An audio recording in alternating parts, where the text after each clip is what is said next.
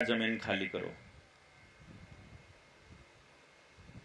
मतलब इतना पैसा पकड़ो और जमीन खाली करो, या फिर या इतने रुपए दो और जमीन खाली करो। मतलब दो तरीके हैं ना जमीन लेने के।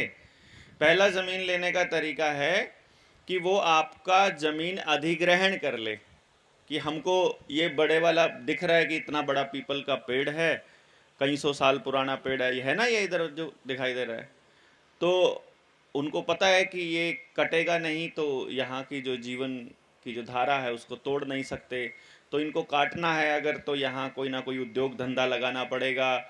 जंगल कटने मतलब जंगल को काटेंगे तभी तो उद्योग लगेगा ना। जो आपकी लाइफ लाइन है उसको काटना पड़ेगा पहले। और ये बड़े बड़े पेड़ काटने हैं, सड़क के चारों तरफ, रास्ते के दोनों तरफ वाले जो पेड़ काटने हैं, तो इसके लिए चौड़ी सड़क बनानी पड़ेगी।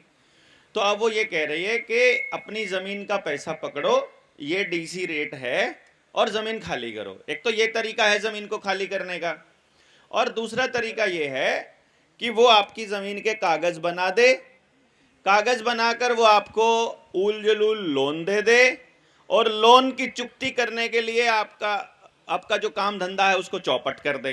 जैसे लॉकडाउन लगाकर आपका काम धंधा चौपट कर दिया, और अब आप लोन चुकता ना कर पाओ, तो आप बोलो कि या तो लोन दो, नहीं तो जमीन खाली करो। दो ही तरीके हैं ना जमीन खाली करने के।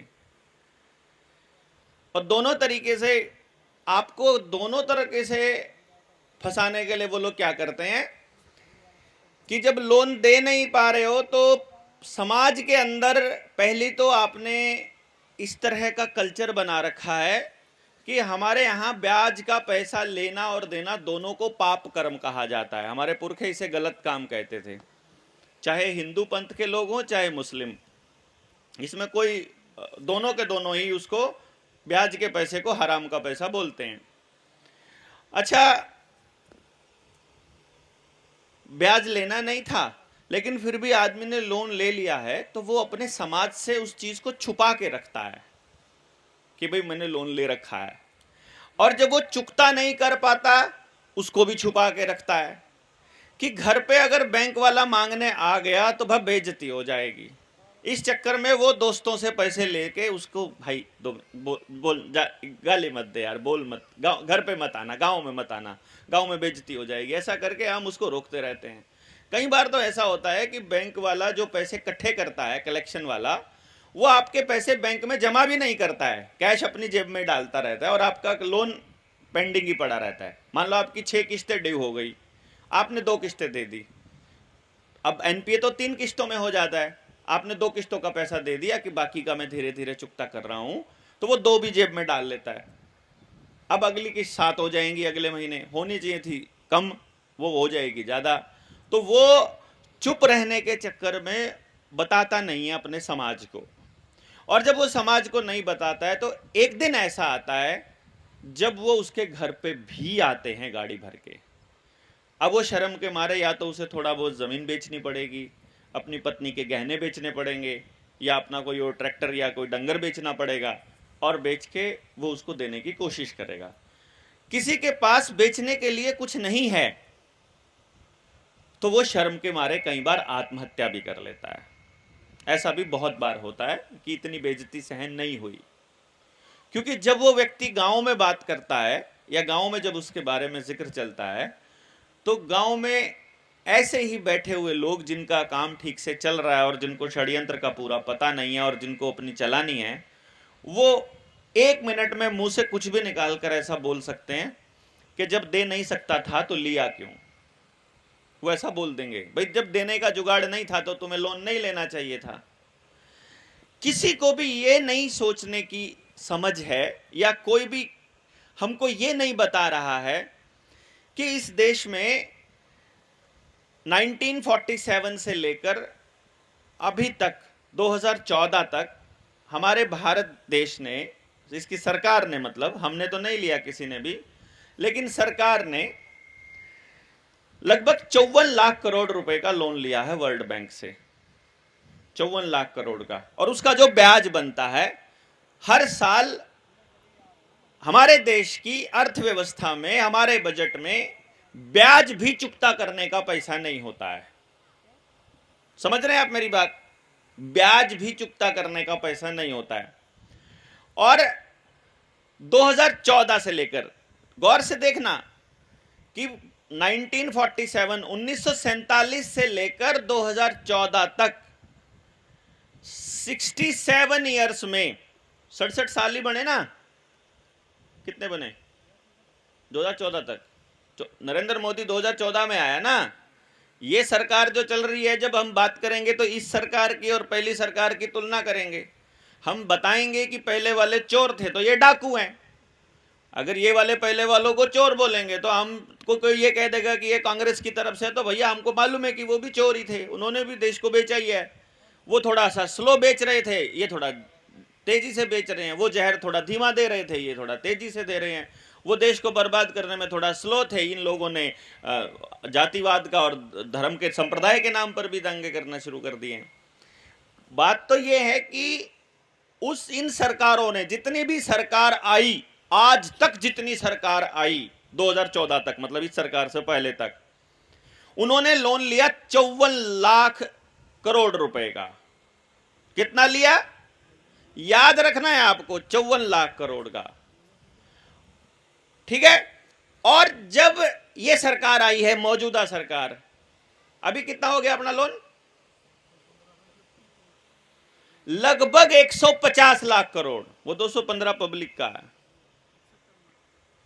154, चलो 150 लगभग बोल देते हैं, 140 कम भी हो गया होगा बाय चांस। मतलब सारी सरकारों ने मिलकर लिया 50 लाख करोड़, अंदाजा लगा रहा हूं मैं, एस्टिमेट लगा के बता रहा हूं आपको। और अकेली सरकार ने लिया 100 लाख करोड़। इसको आप ऐसे लीजिए कि सबका लोन उसका डबल अकेले बंदे ने ले लिया। पहले ब्याज भी चुकता नहीं हो रहा था, अब उससे 3 गुना लोन हो गया है, अब चुकता कर पाएंगे? तो कोई पूछे इस सफेद दाढ़ी वाले से, कहने वाला तो सफेद सुअर था पर नहीं कहूंगा, ठीक है, अच्छी बात नहीं है किसी को कोई ऐसे बोलना, पर इस सफेद दाढ़ी वाले से कोई पूछे, आप समझ लेना मैं क्या कहना चाह रहा हूं, कि जब तुमसे चुकता नहीं हो रहा था तो तुमने लिया क्यों? जब पिछले वाला ही चुकता नहीं हो रहा है तुमसे, तो तुमने नया क्यों लिया? सवाल यह है। और जब आपने पहले 5 साल की सरकार आपकी थी, उसमें अगर देश के अंदर कर्जा घटा होता, भाई पहले 5 साल जो कर्जा लिया उससे जो तुमने विकास कार्य किए, उससे अगर देश के अंदर कर्जा घटा होता तो और लेने का कुछ गुंजाइश बनती है, लेकिन उससे कर्जा बढ़ ही रहा है, तो फिर और कर्जा क्यों लिए जा रहे हो? और जो कर्जा लिए जा रहे हो, तो भैया जी जो पैसा देने वाला आदमी है, जो ब्याज पर पैसा देता है, चाहे वो बैंक है और चाहे वो वर्ल्ड बैंक है, आपके गांव का बैंक, बेशक आपका बेटा उस बैंक में नौकरी करता हो, बिना कुछ गिरवी रखे आपको लोन दे देता है क्या? नहीं देता है ना। छोटा मोटा लोन आपको वैसे टेस्टिंग के लिए दे दे, वो बात अलग है, आपकी तनख्वाह देख करके कि भाई चलो इसके पास गवर्नमेंट की सैलरी है, इसको बोलेंगे तो ऐसा हो जाएगा। सवाल ये है कि छोटा मोटा बैंक जिसमें आपका रिश्तेदार नौकरी करता है, वो भी बिना कुछ गिरवी रखे आपको लोन नहीं देता है, तो वर्ल्ड बैंक आपको कैसे लोन दे देगा, जब वर्ल्ड बैंक को यह भी नहीं पता कि ये वाला जो लोन ले रहा है ये बचेगा भी नहीं जिंदा, या अगले 5 साल में सरकार आएगी कि नहीं आएगी? आपका तो पता है कि आपका फलाना ढिमकाना नाम है, मेरा तो पता है कि मेरा नाम देवेंद्र बल्हारा है, मैं तो, मेरे पिताजी का नाम नफे सिंह है, मैं इस गांव फफड़ाना में रहता हूं, जिला करनाल है, मेरा तो सबको पता है ना कि मैं ये आदमी हूं, मैं लोन ले रहा हूं, मेरी ये जमीन है, मेरे इस चीज को मैंने गिरवे रखा है। ये प्रधानमंत्री अगर लोन ले रहा है, या ये सरकार लोन ले रही है, या ये पार्टी लोन ले रही है, तो क्या इस पार्टी की सरकार जरूरी है अगले 5 साल बाद आएगी? तो वर्ल्ड बैंक को तो ये पता है। तो वर्ल्ड बैंक ऐसे किसी आदमी के कहने से तो लोन देगा नहीं, वो कुछ ना कुछ तो कोलेटरल रखेगा, वो गिरवी रखेगा। वो गिरवी क्या रखेगा? या तो वो इस देश के आदमियों को गिरवी रखेगा। भाई आप पहले रखते थे ना, पैसा नहीं चुकता कर पा रहा है तो घर में दिहाड़ी करने के लिए आ जा, हमारा खेत में काम करवाने के लिए, या ऐसा होता है ना कि भाई तुमको एक आदमी दे देना पड़ेगा। या तो वो आदमियों को गिरवी रख रहा है, या फिर वो हमारी जमीनों को गिरवी रख रहा है, या पंचायत की जमीनों को गिरवी रख रहा है, या सड़कों को गिरवी रख रहा है, या जंगलों को गिरवी रख रहा है। किस चीज को गिरवी रख रहा है, ये तो पूछना हक बनता है देश की जनता का, क्योंकि मालिक तो देश की जनता है। ये कोई नहीं पूछ रहा है कि जब तुमसे चुकता नहीं हो रहा था, सरकार से कोई नहीं पूछ रहा है कि जब तुमसे पहले चुकता नहीं हो रहा था तो तुम नया क्यों ले रहे हो। पहली बात, ये सवाल हमको लिख करके पूछना चाहिए, लिख करके, कि तुमने क्या गिरवी रखा है, पहले बताओ हमको। जो लोन दे रहे हो तुम क्या गिरवी रख रहे हो, इस देश का कौन सी चीज के बदले ले रहे हैं। आने वाले टाइम में जब हमारे पास थोड़ा संख्या बल अधिक होगा, देखो अभी तो क्या है, आपने अगर चिट्ठी लिख दी अकेले आदमी ने, ये तो मैं लिख के भी पूछ सकता हूं, पर मैं इसलिए नहीं पूछ रहा हूं कि चिट्ठी लिख दी तो घर में आ जाएंगे, घर में ही, मेरे घर में ही 5 किलो हीरोइन के साथ पकड़ा, नशे की तस्करी करने वाला आदमी, ऐसा करके बना देंगे तस्कर। क्यों जी, फिर तस्कर सवाल नहीं पूछ सकते ना। जिसके ऊपर अपराधी का ठप्पा लग जाएगा वो सरकार के खिलाफ बोलेगा तो पब्लिक में उसकी क्रेडिबिलिटी नहीं होती है ना। तो वो इंतजार करते हैं, कोई लड़की का मामला, कोई औरत का मामला, कोई छेड़छाड़ का, कोई बलात्कार का लग जाए, या तो तब तक देवेंद्र के ऊपर, या कोई पैसे के लेन देन का, किसी से ठगी का, चोरी का कोई मुकदमा लग जाए। अभी तक तो नहीं है, लेकिन जैसे ही सरकारों के लिए खतरा होने लगेंगे ये मुकदमे सारे आ जाएंगे, सब आ जाएंगे। क्यों, क्रेडिबिलिटी खत्म करनी है। उससे पहले हमको देश की जनता के अंदर एक चेतना का मतलब विस्तार करना है कि भाई आप कम से कम इतना तो पूछ ही सकते हो। अकेले पूछोगे तो गड़बड़ हो जाएगी, इसलिए कोई तारीख रखे कि भाई सारे जने एक एक गांव से कम 10-10, 15-15 चिट्ठी जानी चाहिए, ताकि अगर थाने से थानेदार आए गांव वालों को बुलाने, किसी बंदे को बुलाने कि तुमने ये चिट्ठी क्यों लिखी, तो कम से कम 15 आदमी तो जाएं, इकट्ठे बैठ के जेल में हंसी ठट्ठा तो कर लेंगे हैं, कि 15 मेरे गांव से गए कि 12 मेरे गांव से, चर्चा चलेगी यार मेरे से इतने गए। और इतने लोगों के लिए इनके पास जेल का अरेंजमेंट नहीं है, इतने लोगों के पास एक एक आदमी को तो रगड़ के पूरे गांव को डरा के रखने का तो अरेंजमेंट इनके पास है। लेकिन गांव से अगर 20 आदमी जेल में जाने को तैयार हो जाए प्रत्येक गांव से, फिर इनके पास कोई अरेंजमेंट नहीं है। 10 भी हो जाए तो भी अरेंजमेंट नहीं है, हर गांव से एक भी हो जाए तो भी अरेंजमेंट नहीं है। मतलब मैं जो कहना की कोशिश कर रहा हूं कि पहली बात, ये लोन को किसी न किसी चीज को गिरवी रख के देते हैं। अब आपने गिरवी रख दिया कोई सामान। दूसरी बात यह है कि यदि वो लोन असली छपा हुआ है तो सरकार की लोन देने की लिमिट रहेगी। क्योंकि भैया एक बात को ध्यान में रखना पड़ेगा कि लोन अगर दिया है तो वो वापस भी आना चाहिए, है कि नहीं। आप जरा सोच कर देखो, ब्याज के खेल को थोड़ा सा दिमाग लगा करके सोचना है और आपको ये समझ में आना चाहिए कि वो क्या है।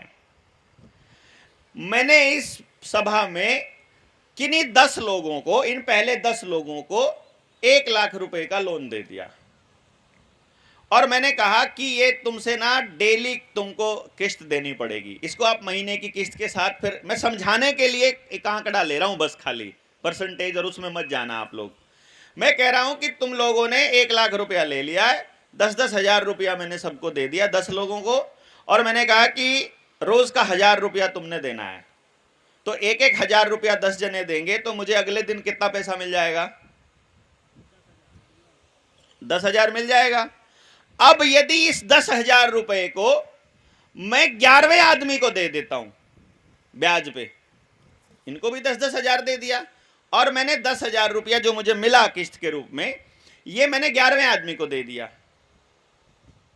ठीक है। अब ये सारे के सारे 1-1 हजार रुपया देंगे, इसमें से मेरे को 11,000 रुपया अगले दिन मिल जाएगा। इस 11,000 रुपए को मैं अगले दिन 12वें आदमी को दे देता हूं, तो अब मेरे को अगले दिन 12,000 रुपया मिलेगा। फिर इस 12,000 रुपए को मैं 13वें आदमी को दे देता हूं, और फिर ये 13,000 रुपया मिल जाएगा 13वें आदमी को, 12,000 रुपया, है कि नहीं? तो अब 13 आदमियों के पास कितना पैसा जमा हो गया? देना कितना है 13 आदमियों ने? 1,30,000 से लगभग 2-3 हजार एक्स्ट्रा, जो 11,000, 12,000, 13,000 था, ठीक है ना? मतलब 1,35,000 के करीब आपने 13 आदमियों ने मुझे देना है। लेकिन नोट कितने हैं टोटल? वही रुपया तो जो आपको दिया था, वही रुपया तो आपने उसी में से तो मेरे को दिया था ना ब्याज। मतलब आप लोगों के पास नोट कितना है? 1,00,000, और देना कितना है? 1,35,000। दे सकते हो? है ही नहीं है 35,000 तो। नोट तो वही घूम रहा है ना, समझे कि नहीं समझे भाई? वो 35,000 तो कहीं है ही नहीं, आप है सिर्फ 1,00,000, तो वो 35,000 रुपया दे नहीं पाओगे आप। मान लो मैं पहले वाले को बोल देता हूं तेरी किस्त, तेरा टाइम पूरा हो गया, पहले किस्त दे। अब वो कहेगा यार पैसे तो नहीं है, तो वो क्या करेगा? बाकियों से थोड़े थोड़े उधार लेगा। तो वो बाकियों से जो पैसे लेगा, वो बाकियों के पास भी तो उसी 1,00,000 रुपए में से हैं,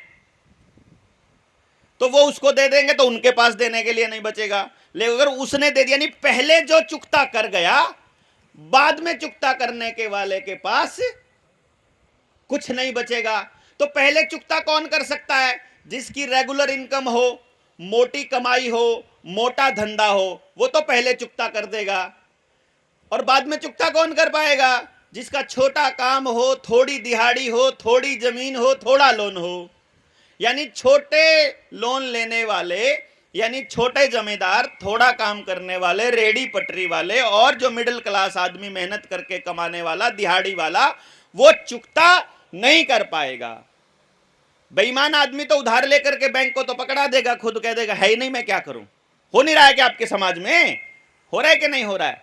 वो बैंकों से तो लोन लिए जा रहा है, आपसे भी उधार ले लेता है, उसी को दिखा करके बैंकों से ले लेता है, और फिर बैंक को भी कह देता है नहीं, तुमको भी कह देता है नहीं, और खुद कोठी गाड़ लेता है शहर में, या बड़ी कोई इंडस्ट्री चालू कर लेता है। हो रहा है ये तो। लेकिन ईमानदार आदमी ना पड़ोस को बता रहा है, ना गांव को बता रहा है, देने के लिए उसके पास है नहीं, क्योंकि जो उसको दिया है वो है ही नहीं कहीं।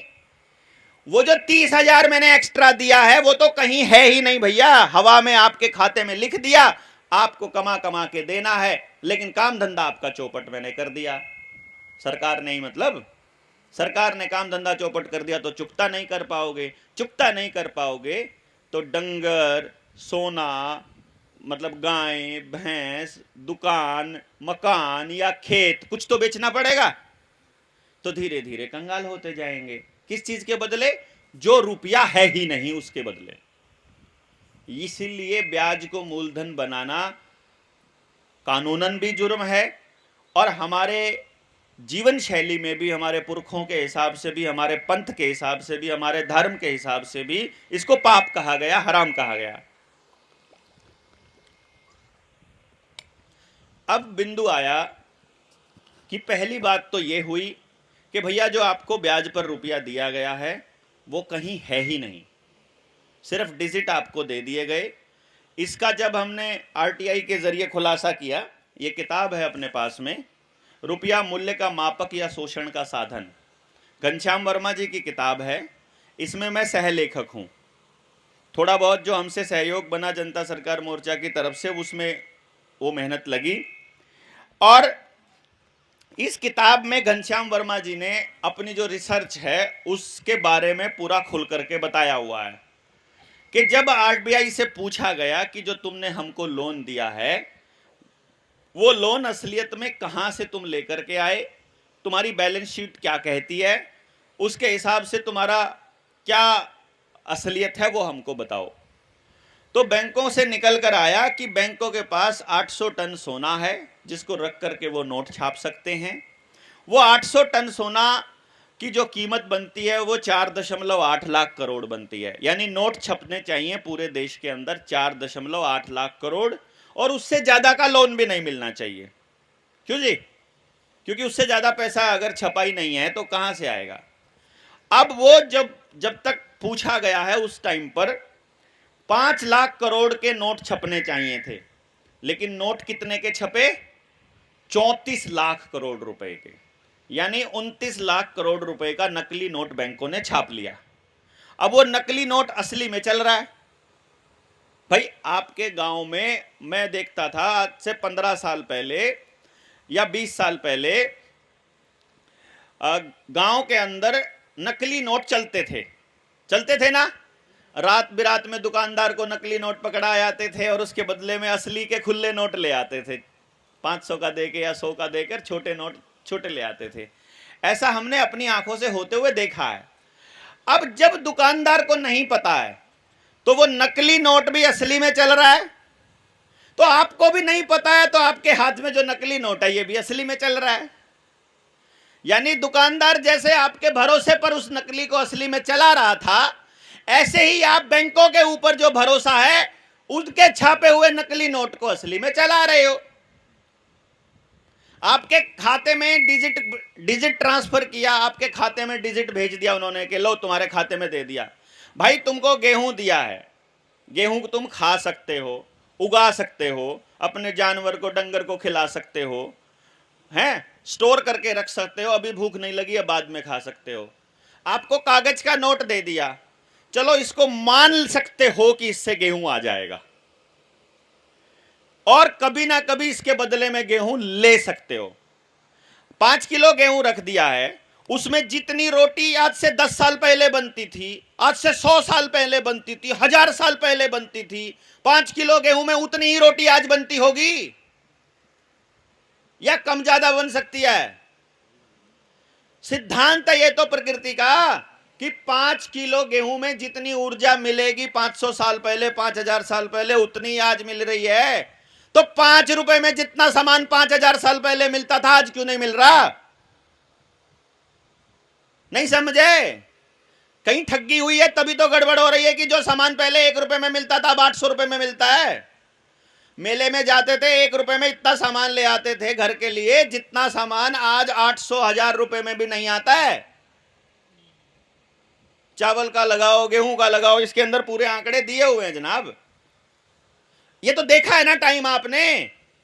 अगर गेहूं आपके साथ ठगी नहीं कर रहा, अगर कुदरत आपके साथ ठगी नहीं कर रही, जितना एनर्जी जितनी रोटी आपको 500 साल पहले दे रहा था उतनी आज दे रहा है, तो बैंकों ने आपके साथ ऐसे ठगी कैसे कर दी कि पहले आपको 50,000 रुपए में 1 एकड़ जमीन मिल जाती थी, आज उसी जमीन 1 एकड़ जमीन को खरीदने के लिए ना वो बड़ी है 1 इंच भी, ना तो वो रबड़ की तरह बड़ी है, ना उसने पैदावार ज्यादा चालू की है, ना उससे सोना उगल रहा है, ना उससे कुछ और हो रहा है, वही 1 एकड़ जमीन खरीदने के लिए आज आपको 20 लाख रुपया कैसे खर्च करना पड़ता है। और वहां पे करनाल के एरिया में या दिल्ली के एरिया में चले जाओ, उसी 1 एकड़ जमीन पे आपको 50-50 करोड़ रुपया कैसे खर्च करना पड़ता है। वही 1 एकड़ जमीन खरीदने के लिए अब आपको 50 करोड़ रुपया कमाना पड़ता है, जो 20,000 50,000 में आती थी ना जी। आपने तो देखा है वो दौर। मतलब कुछ गड़बड़ हुई है, उस रुपए में उतना ही सामान नहीं आ रहा जितना पहले आ रहा था, तो इसका मतलब रुपया आपके साथ ठगी कर रहा है, तो रुपया छापने वाला आपके साथ गड़बड़ कर रहा है। नोट छपने चाहिए थे 5 लाख करोड़, छाप दिए 34 लाख करोड़। फिर भी हमने सोचा चलो देश की जनता बैंकों के ऊपर, सरकारों के ऊपर भरोसा करके और 34 लाख करोड़ रुपए को असली मान बैठी है, तो 34 लाख करोड़ रुपए तक ही लोन देना चाहिए था, इससे फालतू लोन नहीं देना चाहिए था। लोन दे दिया 215 लाख करोड़।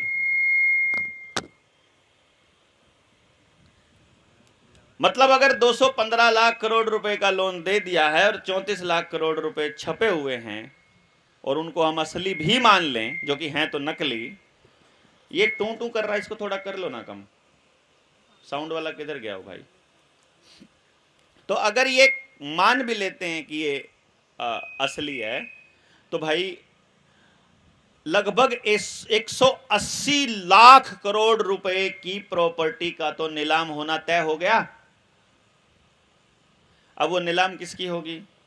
अंबानी और अडानी की तो नहीं होगी पक्का, उसका तो माफ होगा। उसके लोन का माफ होने का स्टाइल देखा है? अपनी टीम में से एक साथी है, वो एनसीएलटी का वो लेकर के आए और वो कैलकुलेशन उन्होंने हमको बताई।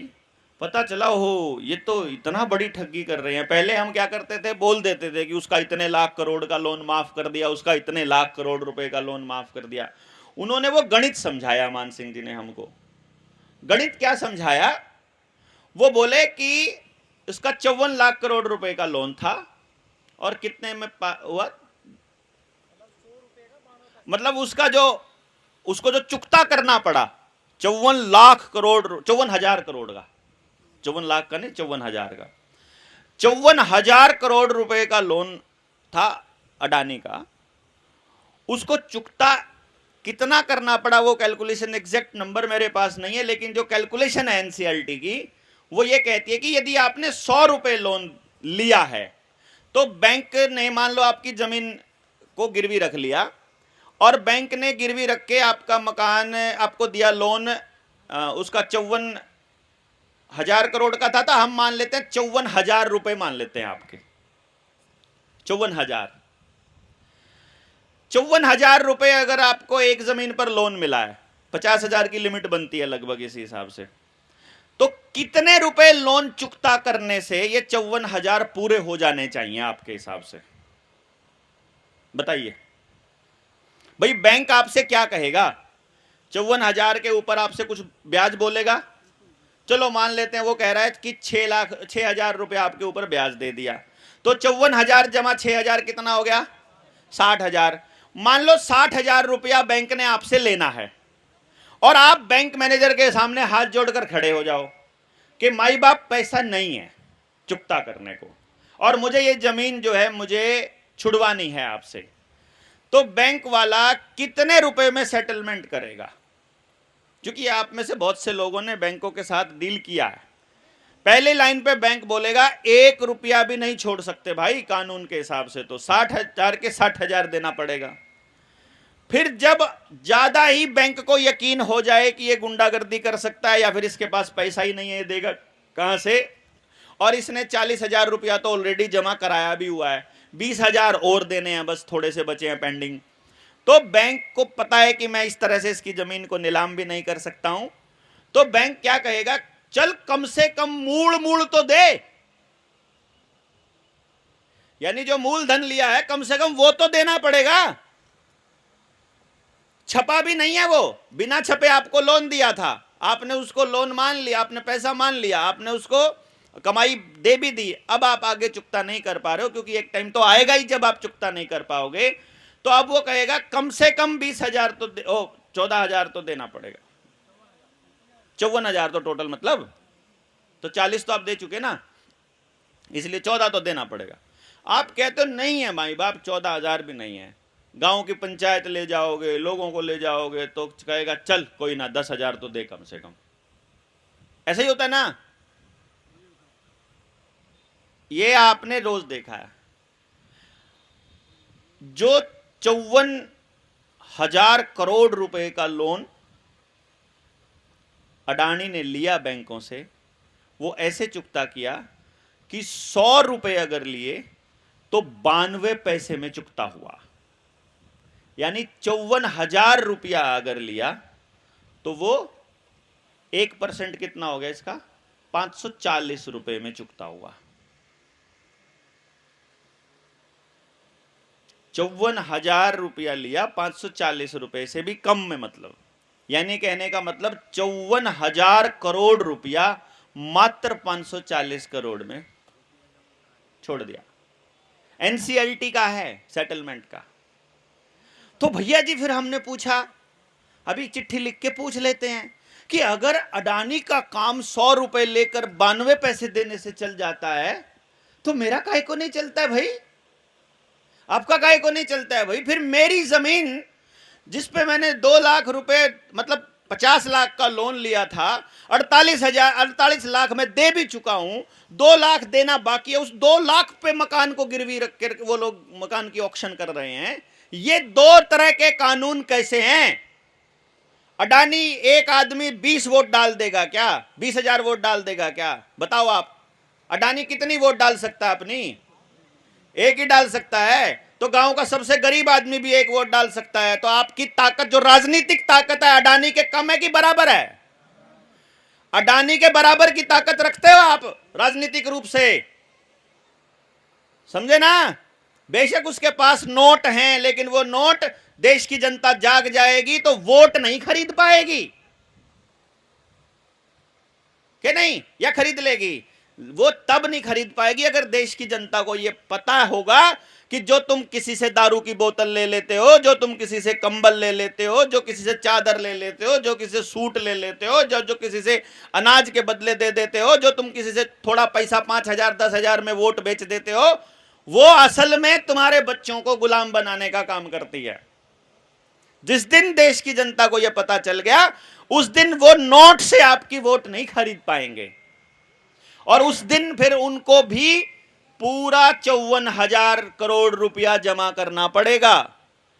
और अगर उनका ऐसे माफ होता रहेगा तो फिर आप समझ लेना, जितने दुकानदार हो, जितने काम करने वाले लोग हो, भैया जी, जो मिडिल क्लास कोई छोटा मोटा स्कूल चलाता है ना, उसके पास नहीं है उस स्कूल आसपास के 10 स्कूल खरीदने के लिए पैसे, लेकिन जो 54,000 करोड़ रुपया माफ अडानी का कर दिया है ना, वो 54,000 करोड़ रुपए लेके अगर यहां आ जाए इस गांव में, और यहां गाड़ी के पीछे ट्रक के अंदर नोट भरे हो 54,000 करोड़ रुपए, और बोल दे कि बोल जमीन का रेट क्या है, उसके तो माफ कर रखे हैं भाई सरकार ने, मुंह मांगे रेट दे देगा वो आपको, और अगले दिन वेनेजुएला जैसा हालत हो जाएगी। वेनेजुएला में 2019 के अंदर 10 लाख रुपए का नोट छापना पड़ा सरकार को, क्योंकि नोट इतने छाप दिए। 10 लाख रुपए में कितना अनाज मिलता था मालूम है? आधा किलो चावल। 10 लाख रुपए में आधा किलो चावल। यह हालत होगी अगर आपको यह बैंकों का फ्रॉड समझ में नहीं आया तो। अगर ये लोन, ये बैंकों का फ्रॉड समझ में आ गया तो आप अपनी जमीन, मकान, दुकान, ट्रैक्टर, कार, घर, सब कुछ नीलाम होने से बचा सकते हो। यह था पहला सवाल कि भैया जी, जो आपने हमको लोन दिया, जो पैसा आपने हमको दिया, वो तुम्हारे खाते में था भी कि नहीं था? तो आरटीआई से पता चलता है कि बैंकों के पास वो पैसा था ही नहीं जो आपके खाते में ट्रांसफर कर दिया। तो किया क्या फिर ट्रांसफर? कागज पे देवेंद्र बलहारा लिख देने से वो देवेंद्र बलहारा थोड़ी हो जाएगा। देवेंद्र बलहारा तो ये है, कागज का टुकड़े पे मेरा नाम लिख के घर ले जाओगे तो ऐसे थोड़ी है कि वो बच्चों को पढ़ा देगा, वो भाषण कागज का टुकड़ा थोड़ी दे देगा। नहीं समझे? आपके खाते में डिजिट लिख देंगे कंप्यूटर से, वो रुपया थोड़ी हो जाएगा। रुपया तो रुपया ही होगा ना। तो फिर सवाल आया, रुपया क्या? जो आपको खाते में दिया वो रुपया था कि नहीं था? जो आपकी जेब में ये पड़ा है, ये नोट पड़ा है, ये रुपया है कि नहीं है? और अगर ये रुपया है तो असल रुपया, मतलब यही रुपया है, तो फिर तो चलो भाई मान लेंगे हम कि इसको रुपया है। लेकिन इस पे तो लिखा हुआ है कि मैं धारक को 500 रुपए अदा करने का वचन देता हूं। इसका मतलब ये तो रुपए का वादा है। जो आपका 1 रुपया होता है ना, 1 रुपए का नोट, उस 1 रुपए के ऊपर लिखा होता है कि ये 1 रुपया है, उसके ऊपर वादा नहीं लिखा होता। उसके ऊपर नहीं लिखा होता कि मैं धारक को 1 रुपया देने का वादा करता हूं, उसके ऊपर लिखा होता है 1 रुपया। लेकिन इसके ऊपर लिखा है 500 रुपए देने का वादा, तो मतलब ये वादा है और वो रुपया है। फिर सोचा कि वो कागज वाला रुपये में और इस रुपये में फिर क्या फर्क हो गया, या इस नोट, चलो नोट में और रुपये में तो फर्क समझ आ गया। तो फिर पता लगा कि कागज का रुपया और लोहे का सिक्का, उस सिक्के पे भी लिखा होता है 1 रुपी इंडिया। तो फिर हमने पूछा कि इसमें से फिर दोनों में से असली कौन सा? कागज वाले में और लोहे वाले में। लोहे वाला में तो छापने में ज्यादा पैसा और ऊर्जा लगती है भाई, उसको छापने में भी तो ज्यादा पैसा लगेगा ना, सिक्का बनाने में, और नोट छापने में कम। तो फिर नोट और सिक्का क्यों छापते हो? दोनों चीज जिसमें कम लगता है वो छापो फिर तुम। लेकिन नहीं, वो बोलते ये भी रुपया नहीं है, जो लोहे वाला है वो भी रुपया नहीं है, वो रुपये का सिक्का है। और जो वो 1 रुपया है नोट, वो भी रुपया नहीं है, वो भी 1 रुपये का नोट है। उत्तरे की फिर पता चला कि पहले चांदी के सिक्के आते थे, एक में 50% चांदी होती थी, एक में 100% चांदी, 90% के करीब चांदी होती थी। तो फिर वो 50% चांदी है, फिर उसको देखो, उस पर भी लिखा है 1 रुपया, 1 रुपी इंडिया, तो फिर वो रुपया होगा 1 रुपए का। बोला ना, ये भी रुपए का टेंडर है, लीगल टेंडर है। फिर वो जो जिसमें चांदी प्योर चांदी वाला सिक्का 1 तोले का, 1 रुपए का सिक्का, उस पर भी 1 रुपी इंडिया लिखा है। फिर पता करा कि फिर ये 1 रुपए का सिक्का है, ये तो 1 रुपया होगा, क्योंकि आप में से कौन है वो जो भोपाल से जो थे, जिन्होंने जो बैंक में जाकर के लेके आए गए थे जमा कराने के लिए? आप गए थे? आना एक बारी, बताना एक बार क्या हुआ था, एक बार बताना। क्यों ये इसलिए जरूरी है, क्योंकि ये वीडियो सुन करके या कैसे इनके दिमाग में आया वो बताना। करिए, वीडियो सेट करिए, बैठ के बताओ, बताओ। मैं काफ़ी दिन से सर की वीडियो देख रहा था, तो मेरे दिमाग में एक प्रश्न आया कि क्यों ना ये प्रैक्टिकल बैंक में जाके किया जाए। तो मेरे पास चांदी के सिक्के तो थे नहीं, तो मैं एक अपने सुनार हैं जानकार, उनसे मैंने बात की कि भाई वो पहले जो बड़े बूढ़े के टाइम पे वो चांदी के सिक्के आया करते थे, वो मिल सकते हैं क्या? तो वो बोले कि हाँ मिल जाएंगे, जितने चाहिए उतने मिल जाएंगे। तो मेरा काम बन गया। अब मैं उसके पास लेने गया, तो उन्होंने एक सिक्के की जो मुझे कीमत बताई वो 1400 रुपये बताई, करीब 1400 रुपये कीमत बताई। तो मैं वो करीब 5 सिक्के उनके पास से लेके आ गया। अब मैं गया फिर बैंक में दूसरे दिन उनको लेके, तो उसमें मैं एक वो लोहे वाला लेके गया और एक वो चांदी वाला लेके गया और एक वो कागज़ वाला लेके गया। तो मैंने कहा भाई ये जमा कराने हैं मुझे। तो बोले कि हो जाएंगे जमा, कोई दिक्कत नहीं है। मैं कितने में होंगे? बोले कि ये आपके 3 रुपये में जमा होंगे। एक चांदी का था, एक लोहे का और एक कागज़ का। मैं यार ऐसे कैसे, मैं तो सुनार से लेके आया हूँ, ये चांदी वाला तो मुझे आपकी ये 100 के नोटों में 1400 में मिला है, आप इतने में क्यों ले रहे हो? हेलो भाई साहब, हमें नहीं पता, ये रुपया तो रुपया ही होता है, चाहे चांदी का हो या कागज़ का हो या लोहे का हो। तो मैं ऐसे नहीं यार, आप मुझे बताओ इसकी पूरी बात। कि हमें नहीं पता, हमें तो जो करने के लिए कहा गया है हम तो वही करते हैं। तो मैं समझ गया ये तो मामला गड़बड़ है बहुत ज़्यादा। मतलब हमारे साथ इतनी तगड़ी लूट हो रही है कि हमारी कई पीढ़ियों तक अगर इसी सिस्टम में रहे ना तो हमारा अस्तित्व ही ख़त्म है, ये समझो। हम जो भी कमा रहे हैं ना उसका कोई मतलब नहीं है कमाने का, इसीलिए हम आज तक गरीब हैं। गरीबी का कारण ही ये है। जितनी सरकार बोलती है गरीबी हटाओ, हट कैसे जाएगी? पैसा ही नहीं है तो हटेगी कहाँ से? हटने का कोई मतलब ही नहीं है, ये हमें समझना पड़ेगा। अब मैं राजस्थान से आया हूँ सर की ये ट्रेनिंग लेने के लिए। अपने गांव को ये सब बातें मैंने ट्रेनिंग लेने से पहले बताई हैं, तो सभी ने कहा कि भाई आप जाओ एक बार वहाँ ट्रेनिंग लो, फिर हमको यहाँ बताना। राजस्थान में कहाँ से आप? मैं भरतपुर ज़िले से हूँ, बयाना तहसील है अपनी। क्या नाम आपका? मेरा नाम रूपेश है। गाँव? गांव मेरा एचौली है, बयाना तहसील के अंदर। आपके जैसे ही ऐसा ही गांव है, लोग वहाँ भी, हमारे वहाँ भी किसी को कुछ ही पता ही नहीं है। मेरे परिवार में भी मैंने पूछा एक से एक दिन कि भाई ये जो आपके पास 100 का नोट है ये आपकी नज़र में क्या है? बोले रुपया है। मैं इसको पढ़ना एक बार, क्या लिखा है इस पर? बोले भारतीय रिजर्व बैंक, और मैं नीचे गवर्नर के साइन है, ये उन्होंने लिख के दिया है आपको, क्या लिखा है इसका मतलब? कि ये मैं धारक को 100 रुपये देने का वचन अदा करता हूँ। तो मैं कि ये तो खुद कह रहे हैं कि मैं आपको 100 रुपया दूंगा, तो फिर 100 रुपये क्या है? फिर मैंने उनको वो एक का वो नोट निकाल के दिखाया। मैंने कि देखो इस पर गवर्नमेंट ऑफ इंडिया लिखा हुआ है, भारत सरकार, इस पर कहीं कोई वचन नहीं है। बोले तो ये क्या है? मैं ये रुपया है, आपको मूर्ख बनाया जा रहा है, आपके हाथ में कुछ नहीं है, आप अनाज बेच के जा रहे हो, पर्ची लेके आ रहे हो, बैंक वालों के पास जा कर के आपको ये मांगना चाहिए, आपको वो पर्ची पकड़ा देते हैं। मतलब आपने जो बेचा किया सब कुछ किया वो सब जीरो, कोई मतलब नहीं है उसका। आप कितना ही कमा लो, कुछ ही कर लो, कभी कुछ नहीं होने वाला है। ऐसे तो जागना पड़ेगा, समझना पड़ेगा और अपना रुपया मांगना पड़ेगा, तब जाके कुछ होगा। ठीक, धन्यवाद रुपेश भाई। अब इन्होंने प्रैक्टिकल कर लिया। अच्छा एक बात बताओ, गांव वाले जो लोग बैठे हुए हैं या जो इस वीडियो को सुन रहे हैं कहीं दूर दराज में बैठे, उनको एक प्रैक्टिकल करने में तो कुछ नहीं जाता है ना? एक बार अपनी आंखों से, अपने हाथों से बैंकों के फ्रॉड का पता लगाने में तो कुछ नहीं जाता।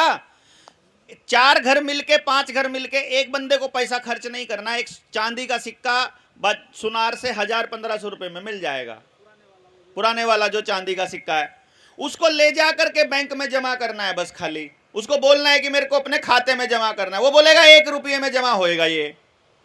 तो इसके बदले में जो लोहे वाले हैं और कागज वाले और मोबाइल की डिजिट वाले हैं, वो 1400 देने पड़ते हैं। ले रहा है 1 रुपये में और दे रहा है, मतलब जब हमको दे रहा है वो जब चांदी का सिक्का ले रहा है तो 1 रुपये में ले रहा है, और वही सिक्का जब हमें लेना पड़ता है तो 1400 रुपए में देना पड़ रहे हैं।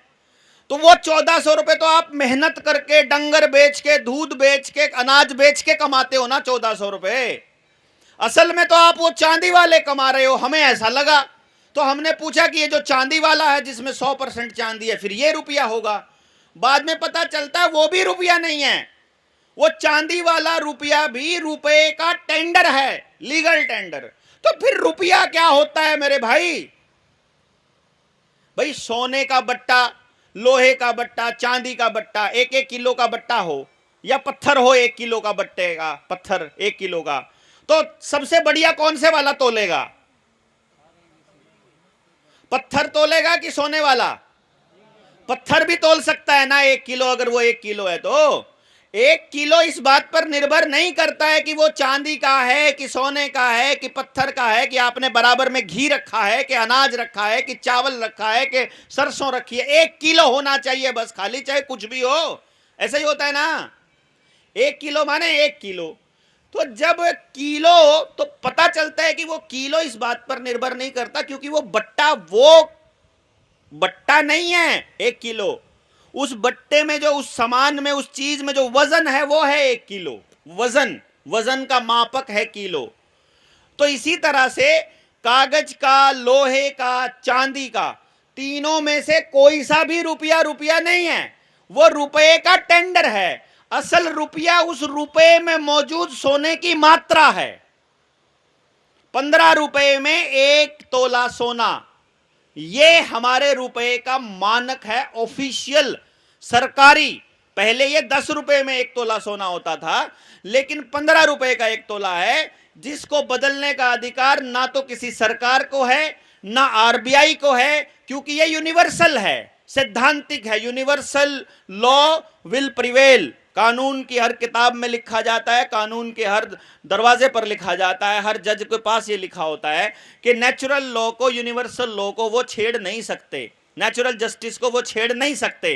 तो नेचुरल जस्टिस के हिसाब से देखें तो 10 रुपए में 1 तोला सोना, ये हमारा स्टैंडर्ड है। और कानून के हिसाब से देखें, कागज जो इस किताब के अंदर हमने पूरे वर्णित किए हुए हैं, इस किताब में सारा वर्णन है, इसके हिसाब से 15 रुपए में, ये हमने नहीं लिखे हैं, इसके अंदर सरकार ने लिख करके दस्तावेज दिए, उनकी कॉपी लगाई है हमने, इसमें सरकार ने दिया है। यानी जो बोल रहा हूं मैं नहीं बोल रहा हूं, सरकारी दस्तावेज बोल रहे हैं कि 15 रुपए में 1 तोला सोना हमारे रुपए का असल मानक है। और उसका हिसाब किताब यदि हम लेते हैं तो लगभग क्या, एग्जैक्ट 777 मिलीग्राम सोना 1 रुपए में आता है, जिसकी कीमत अगर इन बैंक नोटों में बराबर में देखी जाए तो आज के टाइम पर लगभग 7000 रुपए के बैंक नोट देने पड़ते हैं 1 रुपए का सोना के बराबर। यानी कि हमारे 1 रुपए की कीमत, यानी मेरी कमाई की 1 रुपए की कीमत 777 मिलीग्राम गोल्ड है, जो कि ये 7000 रुपए के नोट हैं। मतलब अगर किसी बच्चे की महीने की तनख्वाह, वो किसी टोल टैक्स पे काम करता है या किसी सिक्योरिटी में काम करता है या किसी वो पार्किंग में काम कर रहा है या किसी काउंटर पे काम करके या किसी रिसेप्शन पे काम करके या किसी के यहाँ दिहाड़ी करके या किसी फैक्ट्री में काम करके, यदि उसे 15,000 रुपए तनख्वाह मिलती है तो असल में सिर्फ 2 रुपए की कीमत का सामान खरीद के ला रहा है उस 15,000 रुपए में। वो यदि वो अपना हिसाब किताब मांगने लग जाए सरकार से, तो यदि वो ना मांगे तो वो उसे 15,000 रुपया मानता रहेगा, वो 15,000 रुपया नहीं है। बैंक में जब आप अपनी कमाई का पैसा जमा कराते हो और निकलवाते हो, 10 रुपए जमा कराते हो, तो असल में आप अपने 70,000 रुपया जमा कर रहे हो लगभग।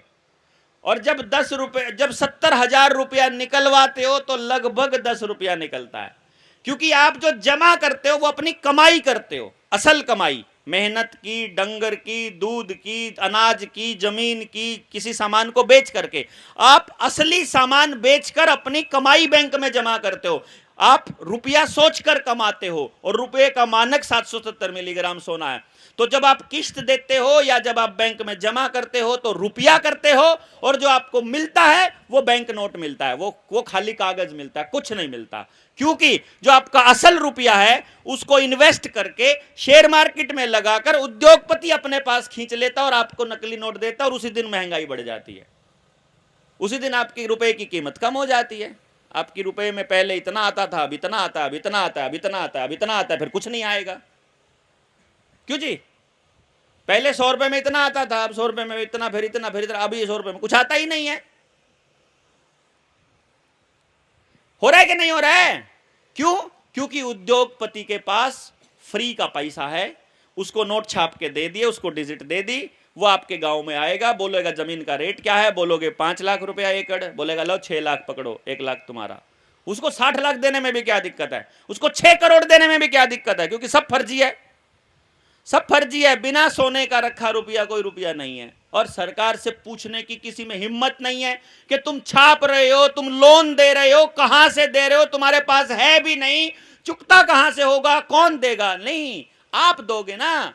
बैंक में पैसे जमा कराने जाओ तो पैसे कटेंगे खाते से, आपके खाते से जब 10 रुपया कटता है ना, 10 रुपया कटता है, असल में पौना तोला 7 ग्राम सोना, क्या नाम, 7 मिलीग्राम सोना कट लेता है। 10 रुपए का मतलब 70,000 रुपए का नोट। नहीं समझ रहे हो? आपको 10 रुपये लग रहा है, उनके लिए तो गोल्ड है वो जो आप देते हो। इसीलिए अगर इस देश को बचाना है और अगर आजाद करना है तो गांव को इस बात का ध्यान रखना पड़ेगा कि उनकी कमाई का 1 रुपया भी किसी कंपनी या किसी बैंक को ना जाए। सब आपस में बांटते रहो, आपस में सारे के सारे अपनी कमाई को बांटते रहो। मैं आपके बच्चों को पढ़ाऊंगा, आप मुझे अनाज दे दो, आप मेरा कपड़े का अरेंजमेंट कर दो, आप मेरे लिए जूता बना दो, आप मेरे लिए ये कर दो, मैं आपके बच्चों के लिए सारा काम कर दूंगा। फिर आप अनाज उगा दो सारे गांव के लिए, दूसरा आदमी कुछ और कर दे, सारे बैठकर चर्चा करो। क्योंकि सारी लड़ाई इन्होंने कागज पर ले आए, आपकी जबान की जो कीमत है उसको जीरो कर दिया इन्होंने। पहले सब कुछ जबान से चलता था कि नहीं चलता था? आज भी अगर आप चले जाओ इस देश में जो सबसे ज्यादा संसाधन वाला व्यक्ति है, बाजार में जाओ, मंडी में जाओ, आड़ती के पास जाओ, किसी के पास भी जाओ, सुनार, आड़ती, राजनेता, ड्रग्स का धंधा करने वाला, सबका धंधा खूब चल रहा है क्योंकि जबान पे चलता है। कोई कॉन्ट्रैक्ट नहीं होता है लिखित। क्यों जी? बनिया दुकान जबान पे चलता है, सुनार जुबान पे चलता है, कोई चक्कर नहीं है, कुछ लिखित देने की जरूरत नहीं है। जिस दिन वो मुकदमों में फंस गया, जिस दिन लिखित में फंस गया, जिस दिन कागज में फंस गया, जिस दिन फंस गया तो एक बार फंस गया तो फंस गया, फिर तो जिंदगी भर की कमाई कोर्ट में पुलिस वालों को और वकीलों को ही पूछ के आनी है, फिर आप नहीं बच सकते। एक बार कोर्ट जाना चालू कर दिया, एक बार थाने के चक्कर लगने शुरू हो गए तो हो गए बस, फिर नहीं रुकने वाले।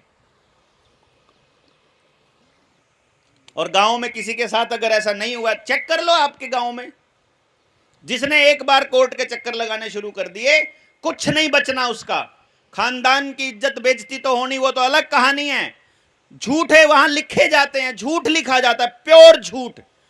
आप वकील को सच बताओगे, सच बताओगे ऐसे लड़ना है, वकील क्या बोलेगा? हाँ ऐसे तो लड़ लिया मुकदमा, ऐसे नहीं चलेगा तुम्हारे, हमें अपने हिसाब से बोलना पड़ेगा।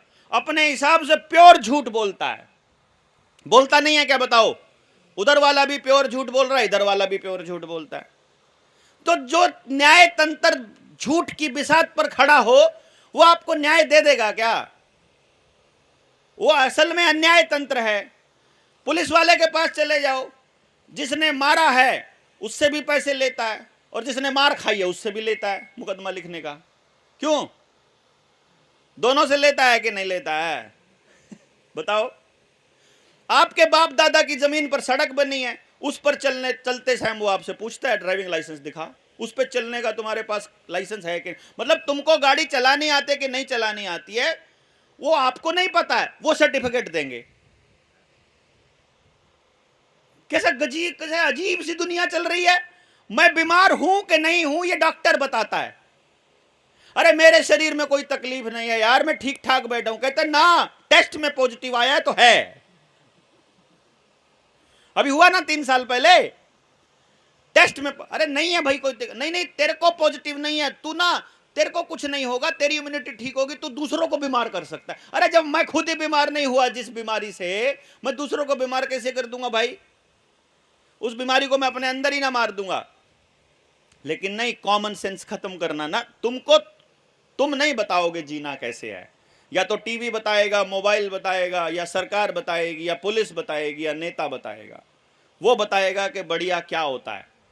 अभी आपको 2 दिन से जो आपको बताया गया है उसमें यही बताया गया है, आपका खेती का तरीका इसलिए बदला गया ताकि आपकी खेती बर्बाद हो जाए।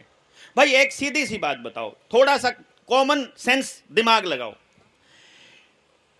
डॉक्टर की तनख्वाह, सुनना ध्यान से, डॉक्टर की तनख्वाह उसे तभी तो मिलेगी जब वो मरीज देखता होगा। भाई डॉक्टर सुबह से लेके शाम तक अगर अस्पताल में खाली लौट जाए, बिना कुछ किए अगर लौट जाए, उसको तनख्वाह देने का कोई तुक बनता है? बताओ जी, कोई तुक बनता है डॉक्टर को तनख्वाह दे? अगर कोई मरीज ही ना जाए, इसका मतलब डॉक्टर को तनख्वाह, उसकी नौकरी कब बनेगी? जब मरीज होंगे, जब बीमार होंगे। तो डॉक्टर चाहेगा कि कोई बीमार ना हो गांव में, क्योंकि उसकी तनख्वाह ही बंद हो जाएगी भाई। और प्राइवेट अस्पताल का डॉक्टर, उसने तो करोड़ों रुपया लोन लेकर के अस्पताल खोला है, उसको तो 30 लाख रुपए में एमबीबीएस की डिग्री मिली है। 30 लाख रुपया ऐसे ही थोड़ी का, ऐसे ही हवा में थोड़ी बन जाता है भाई। कितने लोग बीमार करने पड़ेंगे, कितने के टेस्टों में कमीशन खानी पड़ेगी, कितनों का फर्जी ऑपरेशन करना पड़ेगा, कितने ऐसे ही काट के डालने पड़ेंगे, नॉर्मल डिलीवरी को सिजेरियन करना पड़ेगा, दूसरे डॉक्टर से कमीशन खाना पड़ेगा, तब जाके 30 लाख पूरा होएगा। और वो जो उसमें स्टाफ काम करता है, सफाई वाला करता है, मशीनें लगी हैं, बिजली का बिल है, ब्याज है, बैंक का लोन है, उसको चुकता करने के लिए तो और नए काटने पड़ेंगे रोज की रोज। नहीं बताओ जरा, तो क्या प्राइवेट या सरकारी डॉक्टर, दोनों में से कोई सा भी डॉक्टर ये चाहेगा कि आप बीमार ना हो? चलो अब दूसरा ले लेते हैं। अगर गांव में कोई झगड़ा ना हो, कोई किसी की शिकायत ना करता हो, किसी को मतलब कोई अपराध ना होता हो, तो पुलिस वाले को खामखाई तनख्वाह देना ठीक है क्या? अगर गांव में कोई अपराध ही ना होता हो तो पुलिस वाले की तनख्वाह कोई लॉजिक है क्या? फिर तो पूरे थाने में एक ही आदमी बहुत है, कोई छोटा मोटा कभी हो जाए तो। क्यों जी? भाई जब होता ही नहीं अपराध तो काहे को टेंशन है, गांव वाले अपने आप संभाल लेते हैं, तो तुम पुलिस वालों की टोंकी की जरूरत क्या है? तो अगर पुलिस में नौकरी लगना है आपके बच्चे को, या आपने पुलिस में नौकरी लगवाना है, या सरकार को पुलिस में भर्ती करने हैं लोग, तो सरकार चाहेगी कि अपराध कम हो जाए, पुलिस वाले चाहेंगे कि अपराध कम हो जाए। अरे अपराध कम हो गया तो पुलिस वालों की नौकरी नहीं खत्म हो जाएगी? नहीं समझे क्या?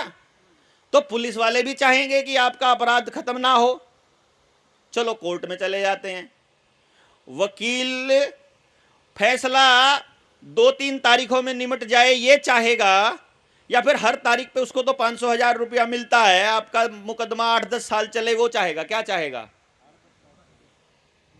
भाई? जितना लंबा चलेगा वकील की मौज उसमें है, और जितने ज्यादा मुकदमे होंगे जज की तनख्वाह तभी मिलेगी। तो ना तो जज चाहेगा कि आपका फैसला हो, ना वकील चाहेगा आपका फैसला हो, ना पुलिस वाला चाहेगा कि अपराध मुक्त देश हो जाए, और ना ही डॉक्टर चाहेगा कि आप स्वस्थ हो। पेस्टिसाइड कंपनियों वाला चाहेगा नहीं कि आप ऑर्गेनिक खेती करो, इसलिए वो प्रचार करेगा टेलीविजन के माध्यम से कि बाजार के बिना इसके कुछ नहीं होता भाई, ऑर्गेनिक खेती में कुछ नहीं होता, ऐसा करेगा ना? वो तो ऐसे प्रचारित करेगा कि इससे कुछ नहीं होता है, ऐसी दुनिया चलेगी। असल बात का पता चल जाएगा तो बैंक वालों से आप हिसाब मांगने लग जाओगे, इसलिए हमको कहेंगे अच्छा ये तो कमीशन खोर लोग हैं।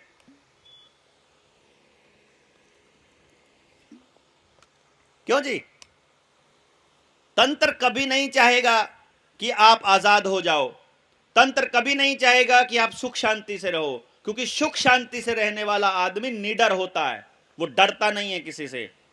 डरा हुआ आदमी कौन है? सोच कर देखो, बाजार में डरा हुआ जिसने किसी से पैसे ले रखे हैं, जिसने लोन ले रखा है, जिसने अपराध कर रखा है, जिसकी सोच में कचरा है, वही तो डरेगा।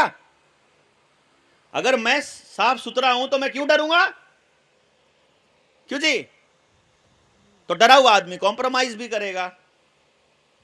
जिसको अपना कुछ खोने का डर होगा वो कॉम्प्रोमाइज करेगा, जिसको कुछ खोने का डर नहीं है वो क्या? मान लो आप गांवों में एक सामाजिक व्यवस्था बना दो कि किसी का बाप मर जाए, किसी की मां मर जाए, तो गांव संभालेगा उन बच्चों को, अगर वो छोटे हैं तो मां बाप की टेंशन खत्म हो जाएगी ना कि मेरे बाद क्या होगा। फिर वो आदमी, मेरे जैसा आदमी, फिर डरेगा किसी प्रशासन की गोली खाने से। और सरकार को ऐसे लोगों से डर लगता है जो डरते नहीं है। समझ गए ना?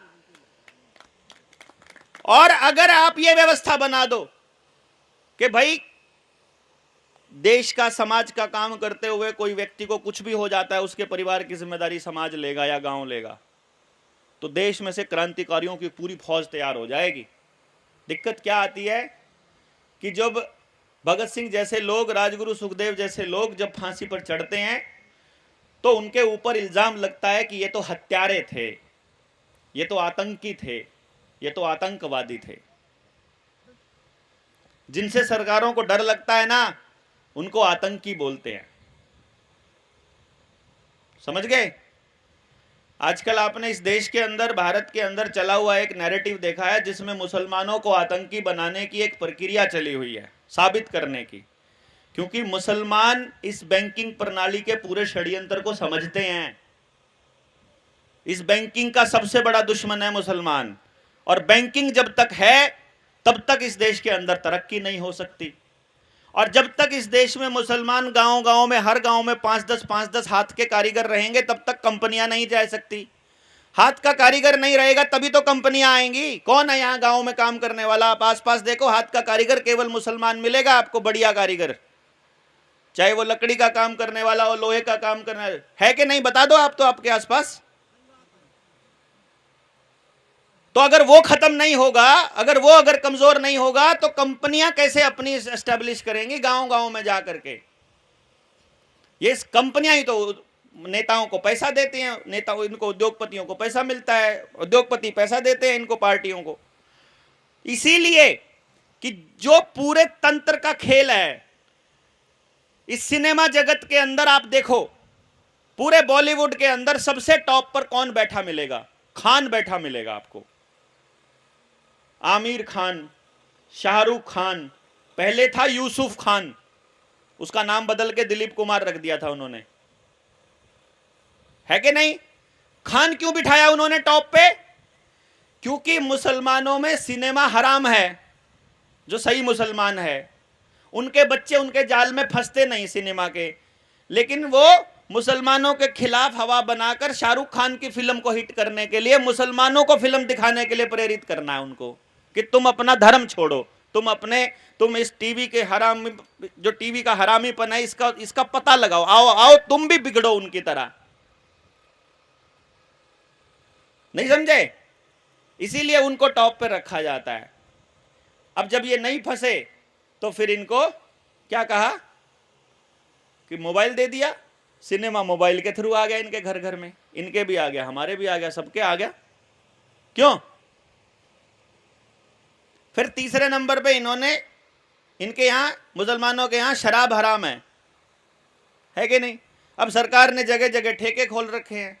इतनी बड़ी आबादी यार, कस्टमर नहीं बन पाएगी अगर शराब हराम रहेगी, क्योंकि देश की अर्थव्यवस्था के लिए जरूरी है शराब, ऐसा बोलती है सरकार। क्यों? यही बोलती है ना कि तंबाकू से रेवेन्यू आता है इसलिए बेचना पड़ता है। फिर तुम देश की जनता के लिए क्या करते हो? तंबाकू। लेकिन वो कहते हैं नहीं, फिर हम ना क्या करते हैं, लिख देते हैं उसके ऊपर ना कि इससे कैंसर होता है। मतलब देश की भलाई के लिए वो उस पर लिख देते हैं कैंसर होता है, लेकिन तंबाकू से हमको ये मिलता है रेवेन्यू।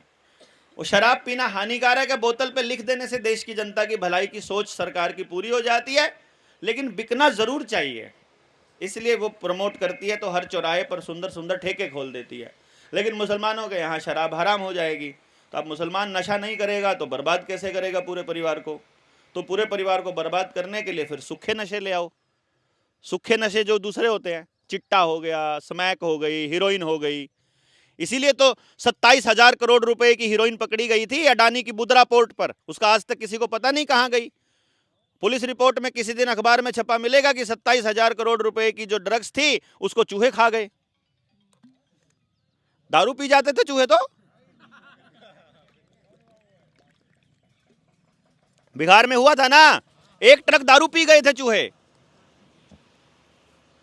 पुलिस रिपोर्ट में लिखा गया कि चूहे एक ट्रक दारू पी गए। मतलब ऐसे भ्रष्ट तंत्र को आपने अपने सर पे बिठा रखा है, हद की बात तो यह है, और अपने बच्चों को इनके भरोसे सौंप रहे हो। जैसा बच्चा गांव को चाहिए वैसा तैयार करने का स्कूल अपने गांव में बनाने की बात नहीं करते हैं, और किसी भी प्राइवेट कंपनी के पास अपने बच्चे को सुबह ही पैक करके भेज देते हैं, और वो सब कचरा सिखाते हैं। 4 साल के बच्चों को सेक्स एजुकेशन सिखा रहे हैं, वो 6-6 साल के बच्चों को।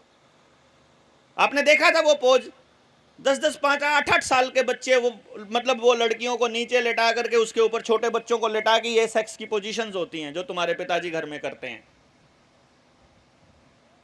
पूरी की पूरी सभ्यता को, पूरे भारत की सोच को खत्म करने का गेम चला हुआ है। आप लोगों के पास एक मौका है, यदि आपको ये बातें समझ में आ जाएं तो आप अपने गांव में इनकी चर्चा चालू करो कि सरकार की दी हुई एक भी चीज आपके फायदे में नहीं है। पेस्टिसाइड पर आपको सब्सिडी दी, उसने आपकी जमीन खराब करी। आपको बुढ़ापा पेंशन, विधवा पेंशन और दूसरी पेंशन का पैसा दिया, उससे आपके परिवारों में झगड़ा हुआ। फ्री का पैसा आया हुआ, उसकी दारू पी है, उसकी सिर्फ दारू पी है उन लोगों ने, कुछ नहीं किया, उसका कोई इस्तेमाल बढ़िया नहीं किया है। आपके गांव के चौराहे पर यहां पर वाटर कूलर लगा हुआ है। मैंने अभी 6 साल के बच्चे को वहां से ठंडा पानी पीते देखा, पीते ही मैंने कहा अब ये शाम तक इसकी नाक फड़ चलेगी, देखना।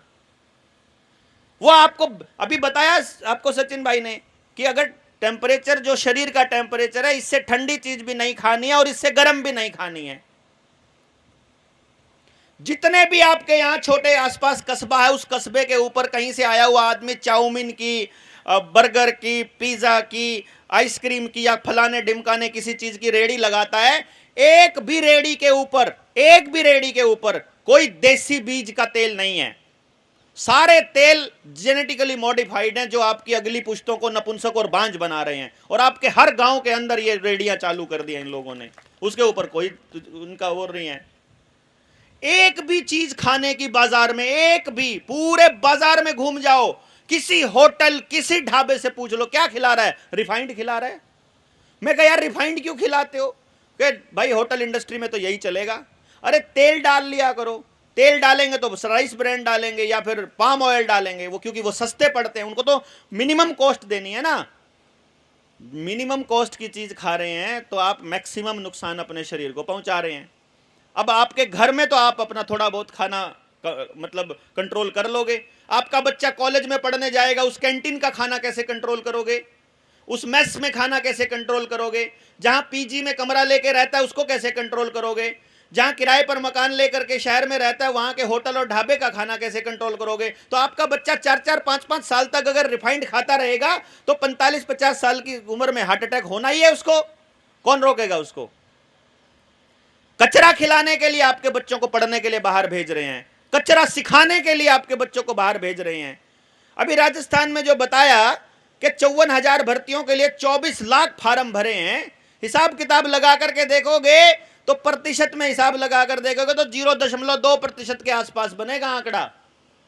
मतलब 99.8% बच्चों ने तो फेल ही होना है, और उसमें पीएचडी वाले भी हैं और एमटेक वाले भी हैं। तो क्या कहेंगे उनके घर वाले कि तुम तो चपरासी लगने लायक भी नहीं हो, यही बोलेंगे ना। आपका बच्चा नालायक नहीं है, परमात्मा ने पैदा किया है तो उसके अंदर कोई ना कोई काबिलियत तो है। बट अल्टीमेटली क्योंकि बातचीत हमने रुपये से शुरू करी थी तो उस पर हम उसी मुद्दे पे आते हैं। बैंक वालों से पूछा कि भैया तुम्हारे पास, बस एक बात जो मैं ये बताने चाहिए, इसको पूरा कर लेता हूं कि सरकार ने आपको और क्या क्या दे रखा है फ्री का, पहले एक बार उस पर बात कर लेते हैं। सब्सिडी जो उस पर मिली वो भी बेकार, इस पे मिली ये भी बेकार। कुछ शहरों में, हमारे वहाँ गाँव में पानी की टूटी का कनेक्शन दे दिया। आपके गांव में मच्छर इतने नहीं हैं, आपके गांव में गर्मी इतनी नहीं है, आपके गांव में गंदगी भी इतनी नहीं है। उसका कारण सिर्फ एक है कि यहां पानी का कनेक्शन नहीं है सरकार का दिया हुआ।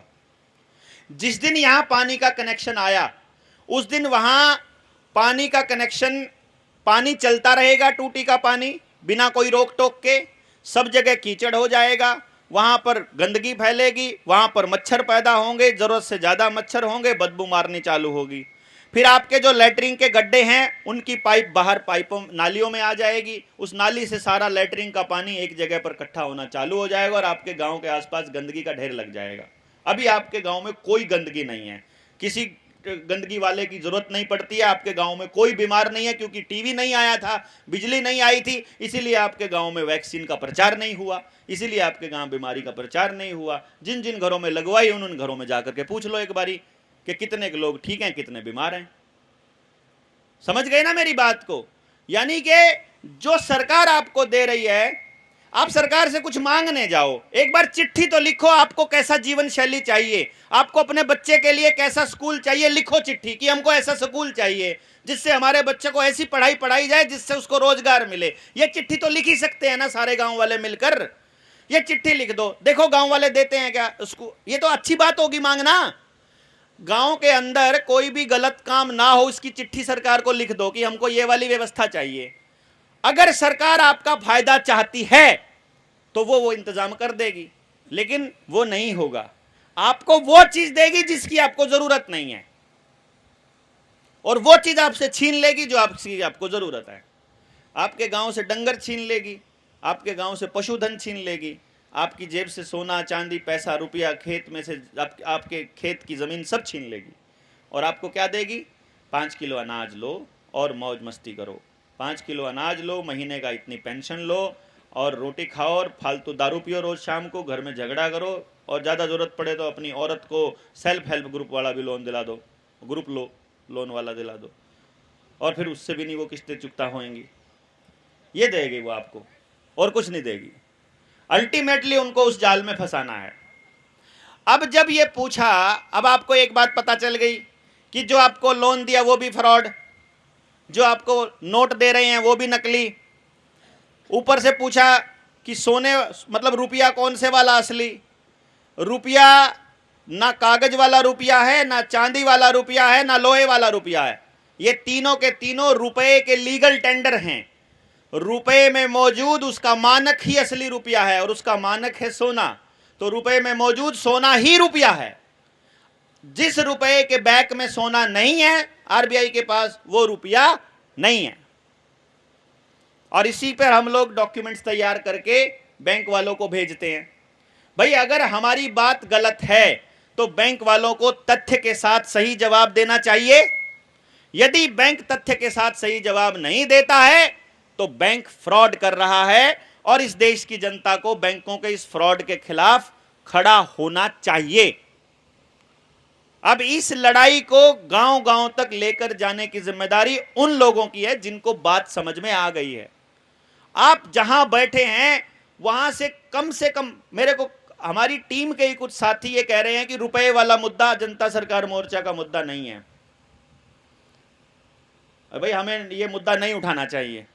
अरे आप एक बार खुद तो जाकर के देख लो, अगर वो चांदी के रुपए को भी 1 रुपए में ले रहे हैं तो इससे बड़ा फ्रॉड सामने क्या दिखाई देगा? कि वो भी 1 रुपया है और वही रुपया सुनार में आपके सामने सुनार की दुकान पर 1400 रुपए में मिल रहा है। यानी वो 1 रुपया है कि 1400 रुपया, पहला पता तो करो। 1400 गुना की ठगी तो यहीं पे दिखाई दे रही है सामने सामने। वो चलो वो सोना रखा है आरबीआई में, वो सोना दिखाई नहीं देता, ये चांदी का सिक्का तो दिखाई दे रहा है। ये 1400 गुना की ठगी भी थोड़ी नहीं होती है जनाब, 7000 गुना की हो रही है वैसे तो आपके साथ। हर ट्रांजैक्शन, हर 1 रुपया जो आप बैंक में जमा करते हो आपके साथ 7000 गुना की लूट हो रही है। हर आदमी के साथ जो बैंक में खाता खुल रहा है उसका। इसीलिए जनधन खाता खोला गया था। इस हर देश के हर नागरिक को लूटना था। जनधन खाते में जिसका भी पैसा पड़ा हुआ है, कभी 10 पैसे कट रहे हैं, कभी 35 पैसे कट रहे हैं। 10 पैसे कोई छोटी चीज नहीं है। 10 रुपए अगर 70,000 रुपया बनता है, 1 रुपया अगर 7,000 के नोट बनते हैं, तो 10 पैसे 700 रुपए के नोट के बराबर है। यानी वो आपका 10 पैसा 10 रुपए नहीं, 10 पैसे आपके खाते से 10 पैसा काटते हैं, तो 700 रुपए के नोट छाप लेते हैं और उद्योगपति को लोन दे देते हैं। जब आप टोल टैक्स पे पैसा देते हो, 50 रुपए देते हो, तो 50 रुपए या 100 रुपए देते हो, 100 रुपए नहीं देते। असल में 7 लाख रुपए के बैंक नोट छापते हैं जब आप उनको 100 रुपए देते हो टोल पे।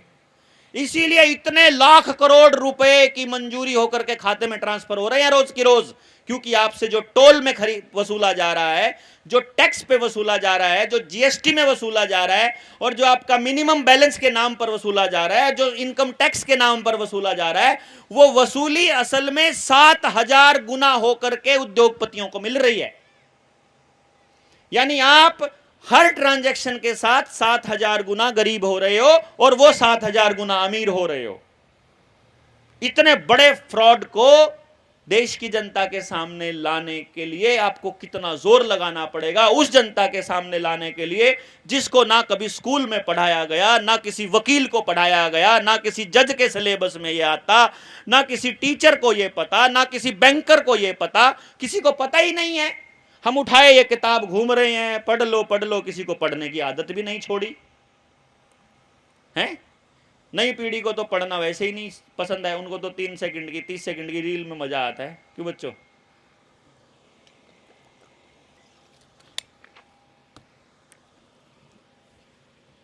तो इसलिए हम लोगों की ये सामाजिक और नैतिक जिम्मेदारी बनती है कि जिसको पता चल गया वो सबको बताए कि सच्चाई क्या है। हम आवेदन लगाते हैं बैंकों के अंदर, बैंकों से सवाल पूछते हैं, लिखित में सवाल पूछा जाता है और लिखित में जवाब की उम्मीद की जाती है। लिखित में बैंक जवाब देते नहीं हैं, फिर वो मुकदमे चलते हैं और चलते रहते हैं। इसी चक्कर में बीच में कोई अपने आप घर पे बैठे आवेदन लगाने चालू कर देता है, इससे हमारा आंदोलन फिर कमजोर पड़ जाता है। अपने आप घर में बैठ करके आवेदन लगाने वाले लोगों ने, मतलब जो अगर आवेदन लगा सकते थे तो वो हमारे साथ सामंजस्य बनाकर भी तो लगा सकते थे। भाई हम लगा लेते हैं, हमको ये लगाना, ये हमसे सामंजस्य बना के लगा सकते थे ताकि हमें पता रहे कि इतने लोग वो हो गए। लेकिन वो हमको चोर साबित करके और खुद शाह बनते रहते हैं। मतलब हमको तो देखना कमाल की बात क्या है, हम कहते हैं हमको सहयोग राशि दे दो, हमारे को हमारा काम चलाने के लिए कम से कम कोई तो फंडिंग कहीं से तो आती हो। उद्योगपति से पैसा लेंगे तो उद्योगपति बोलेगा मेरे नेता के खिलाफ नहीं बोलना। क्यों जी? अपने कार्यक्रम में किसी बैंक वाले की स्पॉन्सरशिप लेंगे तो वो बोलेगा तुम तो बैंकिंग के खिलाफ बोलते हो, हम तो नहीं देंगे। कोई तेल वाली कंपनी जो है, रिफाइंड वाली कंपनी, तो हमारे वहाँ विज्ञापन करने नहीं आएगी क्योंकि हम तो रिफाइंड वालों के खिलाफ भी बोलते हैं। तो जितने चोर हैं वो तो हमारे यहाँ को फंडिंग हमको नहीं देंगे, और जो ईमानदार लोग हैं वो बेचारे हमको तो नहीं देते हैं। वो क्या करते हैं, फिर चोरों को दे देते हैं। कितने रुपए का वो बता रहे थे आप लोन, उसका 30 लाख का, 35 लाख का लोन। 35 लाख के लोन के आवेदन लगाए बंदे ने, 3 ऑडी हैं उसके पास, ऑडी कार,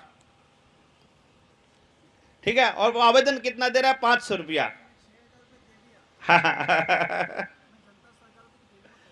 और क्या हुआ मैं बता रहा हूं, हमारे को 10 रुपए में भी हम तो लगा रहे हैं, कोई चक्कर नहीं, हम पैसा नहीं लेते। मैं ये बता रहा हूं, एक बंदा पुणे से, हमने सहयोग राशि मांगी, वो बोलता है गारंटी क्या है। हमने बोला कोई गारंटी नहीं है भाई, हम लड़ाई के लिए हथियार दे रहे हैं, समझ दे रहे हैं, जिम्मेदारी नहीं ले रहे। सच्चाई की गारंटी, कागज की सच्चाई की गारंटी है, लड़ाई की जीत की गारंटी मैं कैसे ले सकता हूं? क्यों जी? लड़ाई लड़ने की गारंटी है, साथ मिलके लड़ेंगे इसकी गारंटी है, जीतेंगे कि नहीं जीतेंगे इसकी तो गारंटी नहीं दे सकता ना कोई। लठ लेके चलते हो तो जीतने की गारंटी होती है कि आपका फूटेगा कि अगले वाले का फूटेगा, हमें थोड़ी पता है। लड़ने की गारंटी है, जीतने का नहीं है। अब मैंने तो गारंटी नहीं ली, एक वकील मेरे साथ फोटो खिंचवाया हुआ था हमारे ही वहां का, वो जाके उसके घर पहुंच गया। मैं वकील भाई साहब, ये चुटकियों में 3 महीने के अंदर अंदर 10 लाख रुपया ले लिया उससे। मैं तो ये बता रहा हूं कि जो झूठ बोलने वाले हैं उनको भाग के देते हैं, और हम लोग क्योंकि गारंटी नहीं लेते, हम कहते हैं हम ठेकेदार नहीं है, हम लड़ना तो तुमको पड़ेगा। लोगों को क्या चाहिए? ठेकेदार चाहिए कि तुमको इतना पैसा दे दिया तो तुम लड़ो हमारे लिए। नहीं भाई, हमसे बस की बात नहीं, हमारा ये मुद्दा नहीं है।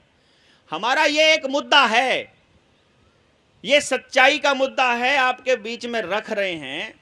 आपको खुद नहीं लड़ना है, खुद नहीं जांचना है, तो हम इसकी सिरदर्दी नहीं लेंगे, क्योंकि इस लड़ाई में अगर जनता को बात समझ में नहीं आई तो हमारे हिस्से में केवल मौत आनी है। मौत तो वैसे भी सबके हिस्से में आनी है, मरने से हम नहीं डरते हैं, पर हमें यह लगता है कि अगर हम 1 साल में मरें और अगर 2 साल में मरे तो हम 2 साल में ज्यादा लोगों तक पहुंच के उनको जगा पाएंगे। तो हमें लगता है कि और 1 साल एक्स्ट्रा मिल जाए तो ठीक रहेगा, जगाने का पर्पज सिर्फ खाली ये नहीं है कि हमें अगर उस 6 महीने में मरकर या 6 दिन में मरने से भी अगर देश की जनता जागती हो तो हम कल फांसी ले लें, सरकार को कह दें कि हमको फांसी चढ़ा दो या गोली मार दो या हमको जेल में डाल दो, पर उससे कुछ हो नहीं रहा है ना। देश जागा नहीं है, देश के अंदर आग ही नहीं है, वो सुस्त सोया पड़ा है, नेताओं के पीछे दुम हिलाता हुआ घूम रहा है पालतू कुत्ते की तरह। काम कुछ नेता भी नहीं कर रहा है उसका, नौकरी ढूंढ रहा है 10-10 हजार 15-15 हजार रुपए की, जबकि उसकी असली कीमत कितनी है? 2 रुपया मात्र। अपनी जमीन छोड़ करके कहीं बाहर किसी की नौकरी चाकरी करने अपने बच्चों को भेज रहे हैं, खुद की जमीन छोड़ करके। घर में असली धन डंगर पड़े हैं, अपने पशुधन है उसको छोड़ करके जो है पैकेट का अनाज और दूध पी रहे हैं। 24 घंटे वहां वो केमिकल स्प्रे करके पूरे घर को जो है वो स्प्रे खाना, केमिकल खाना बना रखा है। ऐसे लोगों की लड़ाई लड़ रहे हैं, बताओ। हम उनको कह रहे हैं कि तुम ये बंद कर दो, तुम ये बंद कर दो, तुम ये बंद कर दो। तो आप सोच सकते हैं कि हमारे साथ क्या बीत रही होगी। हम फिर भी आशावान हैं, हम फिर भी ये उम्मीद करते हैं, अरे आज ही तो समझ में नहीं आया, ऐसा थोड़ी है कि कभी नहीं आएगा। चलो इनको नहीं आया है, अगले वालों को आ जाएगा। इस 3 साल में नहीं आया है, अगले साल आ जाएगा। 4 में नहीं आया, 6 में आ जाएगा। फिर हम ये उम्मीद करते हैं कि यार जब बर्बाद होने में 50 साल लगे हैं तो दोबारा से समझ में आने में भी इतना जल्दी थोड़ी आ जाएगा। चलो अगली पीढ़ी कर लेगी, हमसे नहीं होगा तो अगले वाले कर लेंगे। हम तो इस उम्मीद में लगे पड़े। तो वो उम्मीद पब्लिक के अंदर, जो लोगों के अंदर नहीं मरनी चाहिए। हमारी ये कोशिश है। तो आप लोगों को जो करना है वो ये करना है कि बिना किसी को जगाए और बिना किसी को पूरी बात बताए किसी के आवेदन नहीं लगाने हैं। पूरा मसला समझाना है, सामने वाले आदमी को लड़ने के लिए तैयार करना है। एक बार बैंक में चांदी का रुपया लेकर के चले जाओ और बैंक वाले को बोलो जमा करो। पहले तो सुनार से लेकर आओ, 1400 रुपए में मिलता है। फिर बैंक में जाओ जमा कराने, 1 रुपए में जमा होता है। तो 1400 गुना की ठगी तो सामने हो रही है। तो रुपया, इसका मतलब ये कागज वाला ही तो नकली हो गया, ये जो लोहे वाला है तो नकली हो गया। क्यों जी? अगर उसको भी बैंक 1 रुपया बोल रहा है और इसको भी 1 रुपया बोल रहा है, तो दोनों में बराबर सामान क्यों नहीं आ रहा? यही बैंक वालों से पूछना है कि भाई मेरे रुपए की कीमत 7,000 बैंक के नोटों के बराबर है, तो जो तुमने मुझे 7 लाख रुपए का लोन दिया है, ये 7 लाख रुपए में जितना सामान आया है वो क्या बोलेगा? अच्छा बैंक नोट दिए थे तो बैंक नोट दे दो मेरे वापस। भाई बीएनएस की धारा 178 से लेकर 188 तक शायद है, 187 या 86 तक, वो इसमें लिखा हुआ है। बीएनएस में 178 है। वो 178 के हिसाब से ये जो नोट है ना, ये जेब में रखना भी अपराध है। मैं आपको बताऊं, जैसे मैं नकली बोल रहा हूं, रियलिटी में ये नकली है। नकली नोट रखना अपराध है और आजीवन कारावास है। अभी सरकार ने प्रोपेगेंडा चलाया हुआ है कि बिहार में नकली नोट मिले हैं जिसमें रिजर्व की स्पेलिंग थोड़ी अलग है। थोड़े दिनों में ये कहने वाली है सरकार कि 500 का जितना नोट है सारा नकली है। हैं? वापस ले लेगी सारे नोट। फिर क्या करोगे? डिजिट रह जाएंगे खाली, और डिजिट के बदले में आपको सोना देना उनके लिए संभव नहीं है, क्योंकि डिजिट तो बेहिसाब बांट रखे हैं। तो वो हाँ, बीएनएस की अध्याय 10 और धारा 178 से 188 तक, ये इस किताब के पेज नंबर 23 पे लिखा हुआ है, ये जो नोट में लेन देन है, नकली नोट में, करेंसी नोट में, ये अवैध है, ये अपराध है और आजीवन कारावास तक की सजा। बैंक के खिलाफ मुकदमा कर सकते हैं। पुलिस वाले के पास जाओगे तो पुलिस वाला बोलता है हमको ट्रेनिंग में बैंक वालों के खिलाफ मुकदमा करने से ही मना किया हुआ है, ट्रेनिंग में ही मना किया हुआ है। और किसी वकील के पास जाओगे तो वकील के किसी सिलेबस में रुपए का मुद्दा नहीं पढ़ाया गया, और जज के पास जाओगे तो जजों को भी रुपए वाला मुद्दा नहीं बताया गया। इसीलिए बैकडोर से एंट्री करनी पड़ेगी कोर्ट में भी इकट्ठे होकर के, कि कम से कम बात तो सुनो। जजों के ऊपर भी हमको इकट्ठा होकर के इस बात का प्रेशर बनाना पड़ेगा कि कम से कम बात तो सुनो और इसको तय करो कि सही कौन है और गलत कौन है। अरे हम गलत हैं तो हमको फांसी पर टांगो ना। अगर देश की करेंसी के बारे में ऐसी उलझुल बातें कर रहे हैं, हम नोट के ऊपर उलझुल बातें कर रहे हैं, वीडियो बनाते हैं, यूट्यूब पर डालते हैं, फेसबुक पर डालते हैं, सारी दुनिया को बता रहे हैं, कोर्टों में कागज लगा रहे हैं, FIR लिख रहे हैं, इतनी सारा उल्टा काम कर रहे हैं, खड़े होकर के सरेआम बोल रहे हैं, इसी बात के ऊपर क्यों नहीं तुम फांसी टांगते हो कि तुम ये काम गलत है तो?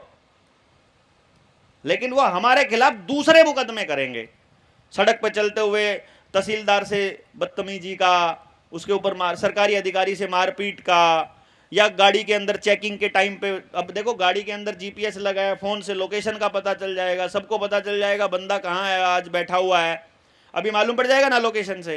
तो लोकेशन से उनको ये भी पता चल जाएगा किस रास्ते से जाना है बंदे ने। गूगल पे जैसे ही लिखेंगे गूगल बता देगा जी अभी इन्होंने दिल्ली का भरा है, दिल्ली का भरा है और यहाँ पर लोकेशन है, इतनी स्पीड से गाड़ी चल रही है, इतनी देर में ये यहाँ पहुँच जाएंगे, इतनी देर में नोएडा पहुँच जाएंगे, इतनी देर में गाजियाबाद, वहीं पे पुलिस चौकी खड़ी मिले, सारा जो है पुलिस अमला खड़ा मिले, वो गाड़ी चेकिंग करने लगे और एक कट्टा जो है मेरी गाड़ी में से हीरोइन का मिल जाए। क्यों? अच्छा यहां से चल रही थी फंडिंग। सारा बीजेपी का IT सेल ऐसे एक्टिव होगा कि ये रुपए पे नकली बोलने वाला ऐसे करता था। क्यों? और फिर आप लोग क्या बोलोगे, भाई बलहारा के साथ ही हो गया तो हमारा क्या बुरा हाल होगा, हम नहीं जाते भाई,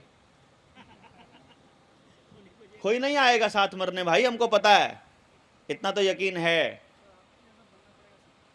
हाँ यस, हमको यह मालूम है कि हमारे लिए कोई नहीं मरेगा और कोई किसी के साथ नहीं मरता है भाई। अपने परिवार में ही मौत हो जाए तो कौन साथ में कौन मरता है उसके, वो नहीं करता। लेकिन यहां जब हम बोल रहे हैं तो उसका मकसद सिर्फ इतना सा है कि इस बोलने से जो आज बीज बोए जा रहे हैं, कल कोई क्रांतिकारी पैदा हो जाए, कल कोई माई का लाल खड़ा होकर के सवाल फिर से पूछने लग जाए, जो सिद्धांत की लड़ाई लड़े। जो नेताजी ने ये मुहिम शुरू करी थी, उनके जाने के बाद वो मुहिम रुक गई। जो राजीव भाई ने भारतीयता की मुहिम शुरू करी थी, उनके जाने के बाद वो रुक गई। तब जाकर के, कभी ऐसा थोड़ी है, बीज बोए थे उन्होंने कब, तब जाकर के वो बीज बोए हुए सारे क्रांतिकारी जो राजीव भाई को सुनने वाले लोग थे, फिर से वो दोबारा तैयार हुए कि नहीं जरूरत है उनके जाने के बाद, फिर जाकर के यहां तक बात पहुंची है। अब यहां के बाद फिर कोई ना कोई आगे, और जितना काम बांट रखा होगा परमात्मा ने, जितना दे रखा हो उतना तो करके जाएं। असली मसला है सच और झूठ का। तो जी पहला सवाल हो गया कि आपने जो हमको नोट दिया, जो हमने आपने लोन दिया, वो आपके पास था कि नहीं था। बैंक की बैलेंस शीट में ही नहीं होता ये लोन, कहीं पे है ही नहीं है जो आपको दिया है, कहीं पे नहीं होता है ये। एक बैंक हवा में एक खाता खोलता है, पहले उसमें जमा करता है, वहां से आपके खाते में ट्रांसफर करता है, हवा में खाता खोलता है, कहीं कोई पैसा नहीं होता है। अगर आपसे कोई पैसा मांगने आए तो अलमारी में रखा होगा तो पकड़ाओगे ना, या घर में कहीं रखा होगा तो पकड़ाओगे। बैंक तो आपको वो पैसा पकड़ा रहा है जो उसके पास है ही नहीं है। वो बोला जा दे दिया, कहां दिया, कहते खाते में भेज दिया। अच्छा कैसे मिलेगा, जा ले ले, किससे लूं, ये खाते में जाकर ATM में जाओगे, ATM में पैसे खत्म मिलते हैं आजकल, तो कैश कहां है ATM में। तो जो दिया है उसका क्या करना है, बोला चेक से भेज दो, RTGS कर दो, ऑनलाइन ट्रांजैक्शन कर दो, UPI से पेमेंट कर दो, गूगल पे कर दो, पेटीएम कर दो। अरे मुझे कैश चाहिए इसके बदले में। एक बार जितना लोन मिला हुआ है सारे जने, जितने खाते में पैसे पड़े हैं, सारे ATM से पैसे या बैंकों से पैसे निकलवा लो, पता चलेगा बैंक बर्बादी हो गई। एक ही दिन में, एक ही दिन में पता चल जाएगा, है ही नहीं है। जितना हमारे खातों में पड़ा सिर्फ वही मांग लो, उसी से बंद हो जाएगा बैंक। है ही नहीं है उनके पास।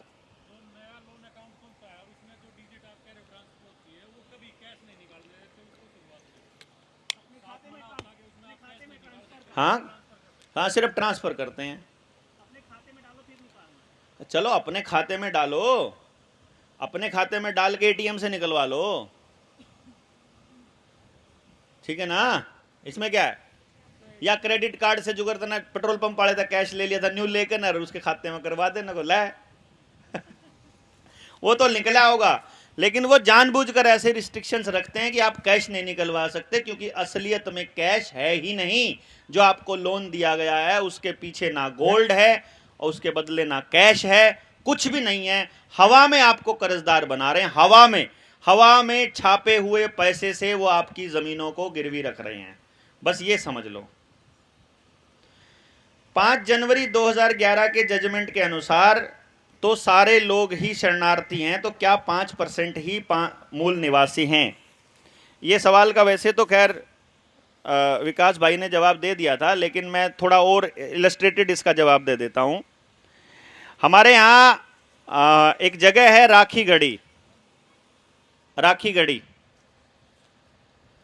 और इस राखीगढ़ी में ऐसा बोलते हैं वो, वैसे तो ये जितने आर्कियोलॉजिकल डिपार्टमेंट के लोग हैं हमें तो सारे के सारे चोर ही दिखते हैं, ये सारे के सारे प्राइवेट लोग हैं, और ये हमारी पूरे इतिहास को बदलने के लिए ही आए हुए हैं, क्योंकि वहाँ पर आम नागरिक का जाना मतलब बैन होता है। तो किसी दिन वहाँ ट्रक आता है, उसमें से कुछ सामान उतारते हैं और बाद में कह देते हैं यहाँ पर मिला ये, ठीक है ना। वहाँ क्योंकि हमारा जाना तो बैन है, तो पब्लिक को तो पता नहीं वो क्या लेके जाते हैं, क्या वहाँ लेकर जाते हैं और क्या वहाँ से उठा कर लाते हैं। क्यों जी, वो तो सिक्योरिटी, टाइट सिक्योरिटी कर देते हैं उस दिन, वहाँ पुलिस आ जाएगी, सारा कुछ आ जाएगा। फिर वहाँ एक ट्रक आएगा, ट्रक में से वो सामान उतारेंगे, फिर वो नाटक करेंगे दस्ताने पहनकर और वो करके, और वो कहेंगे अरे यहाँ इतना बड़ा कंकाल मिला है। रातों रात एकदम से अचानक से मिल जाएगा, सुबह बस खबर ही मिलेगी अखबार में आपको, फिर लोग आना शुरू करेंगे, फिर लोगों को वो सच लगने लगेगा, क्योंकि अखबार में आ गया, टीवी में आ गया, जो चल रहा है आपको सच दिखने लग जाएगा। तो ये सारे के सारे वैसे तो इस काम के लिए हैं, लेकिन वहाँ जो कंकाल मिले थे कुछ टाइम पहले, उनका जब डीएनए टेस्टिंग भी किया गया था, तो सबका डीएनए टेस्टिंग चेक किया तो सबका एक ही डीएनए मिला, जो मैचिंग है डीएनए। यदि आप यहाँ जितने लोग बैठे हैं, अगर आपको यकीन ना हो तो आप सारे के सारे अपना डीएनए चेक कराओगे अगर एक जगह पर, और वो ईमानदार अगर है, तो हम सबका डीएनए एक ही मिलेगा लगभग, जो यहाँ के मूल निवासी हैं, जो एक एरिया में रह रहे हैं। जो बात वो कह रहे थे कि एक जगह पर रहना चालू कर देंगे तो आपके अंदर जो चेंजेस हैं वो इस हिसाब से आने चालू हो जाएंगे कि आप वहीं के मूल निवासी वाले डीएनए में कन्वर्ट होने चालू हो जाओगे। जैसा अन्न खाओगे वैसा मन हो जाएगा। अब आप जाओगे ना, वो श्रवण कुमार के बारे में कहावत है ना कि माँ बाप को लेकर के जा रहा था, वो बोले कि जैसे ही वो गुजरात की धरती पर कदम रखा, रखते ही बोला अच्छा सारी उम्र ऐसे ही ढोता रहूंगा, पैसा चाहिए। या वो हम तो गुजरात को करेंगे ना बदनाम, उन्होंने यूपी को बदनाम करने का प्लान बनाया है। गुजरात वाले हैं पैसे के लिए किसी को भी बेच देते हैं, यूपी वाले तो झूठ झाट बोल देते हैं ज्यादा इधर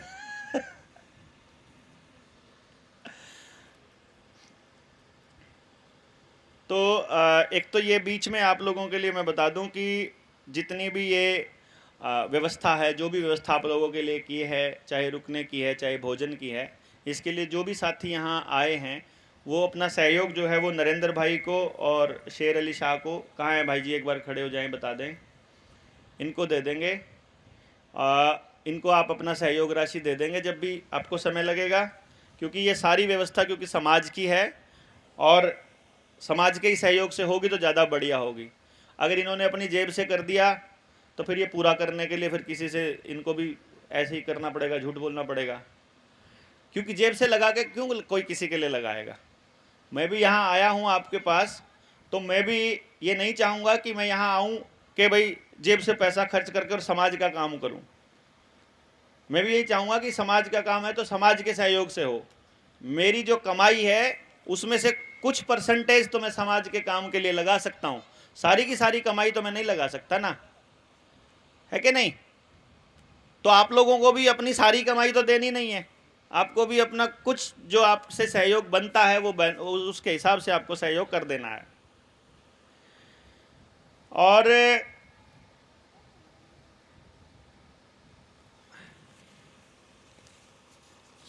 सवाल तो खैर सारे जवाब लगभग इनके हो चुके हैं जो सवाल आए हैं।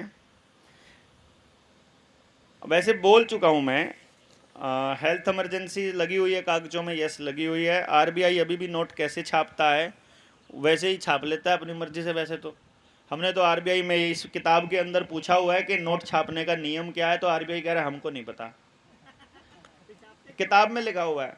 अच्छा, हमने पूछा आरबीआई के अंदर, उसकी आरटीआई की कॉपी भी इसके अंदर है, हमने आरबीआई से पूछ लिया कि भैया जी जो जो तुम नोट छापते हो इसमें कौन सा रुपया असली है और कौन सा रुपया नकली है, इस रुपये को पता लगाने के लिए वैध रुपया कौन सा है, उसका कोई डॉक्यूमेंट होगा कि कौन से वाले किस तरह से छपे रुपये को हम वैध रुपया बोलते हैं, वो उसका एक कॉपी दे दो, सर्टिफाइड कॉपी।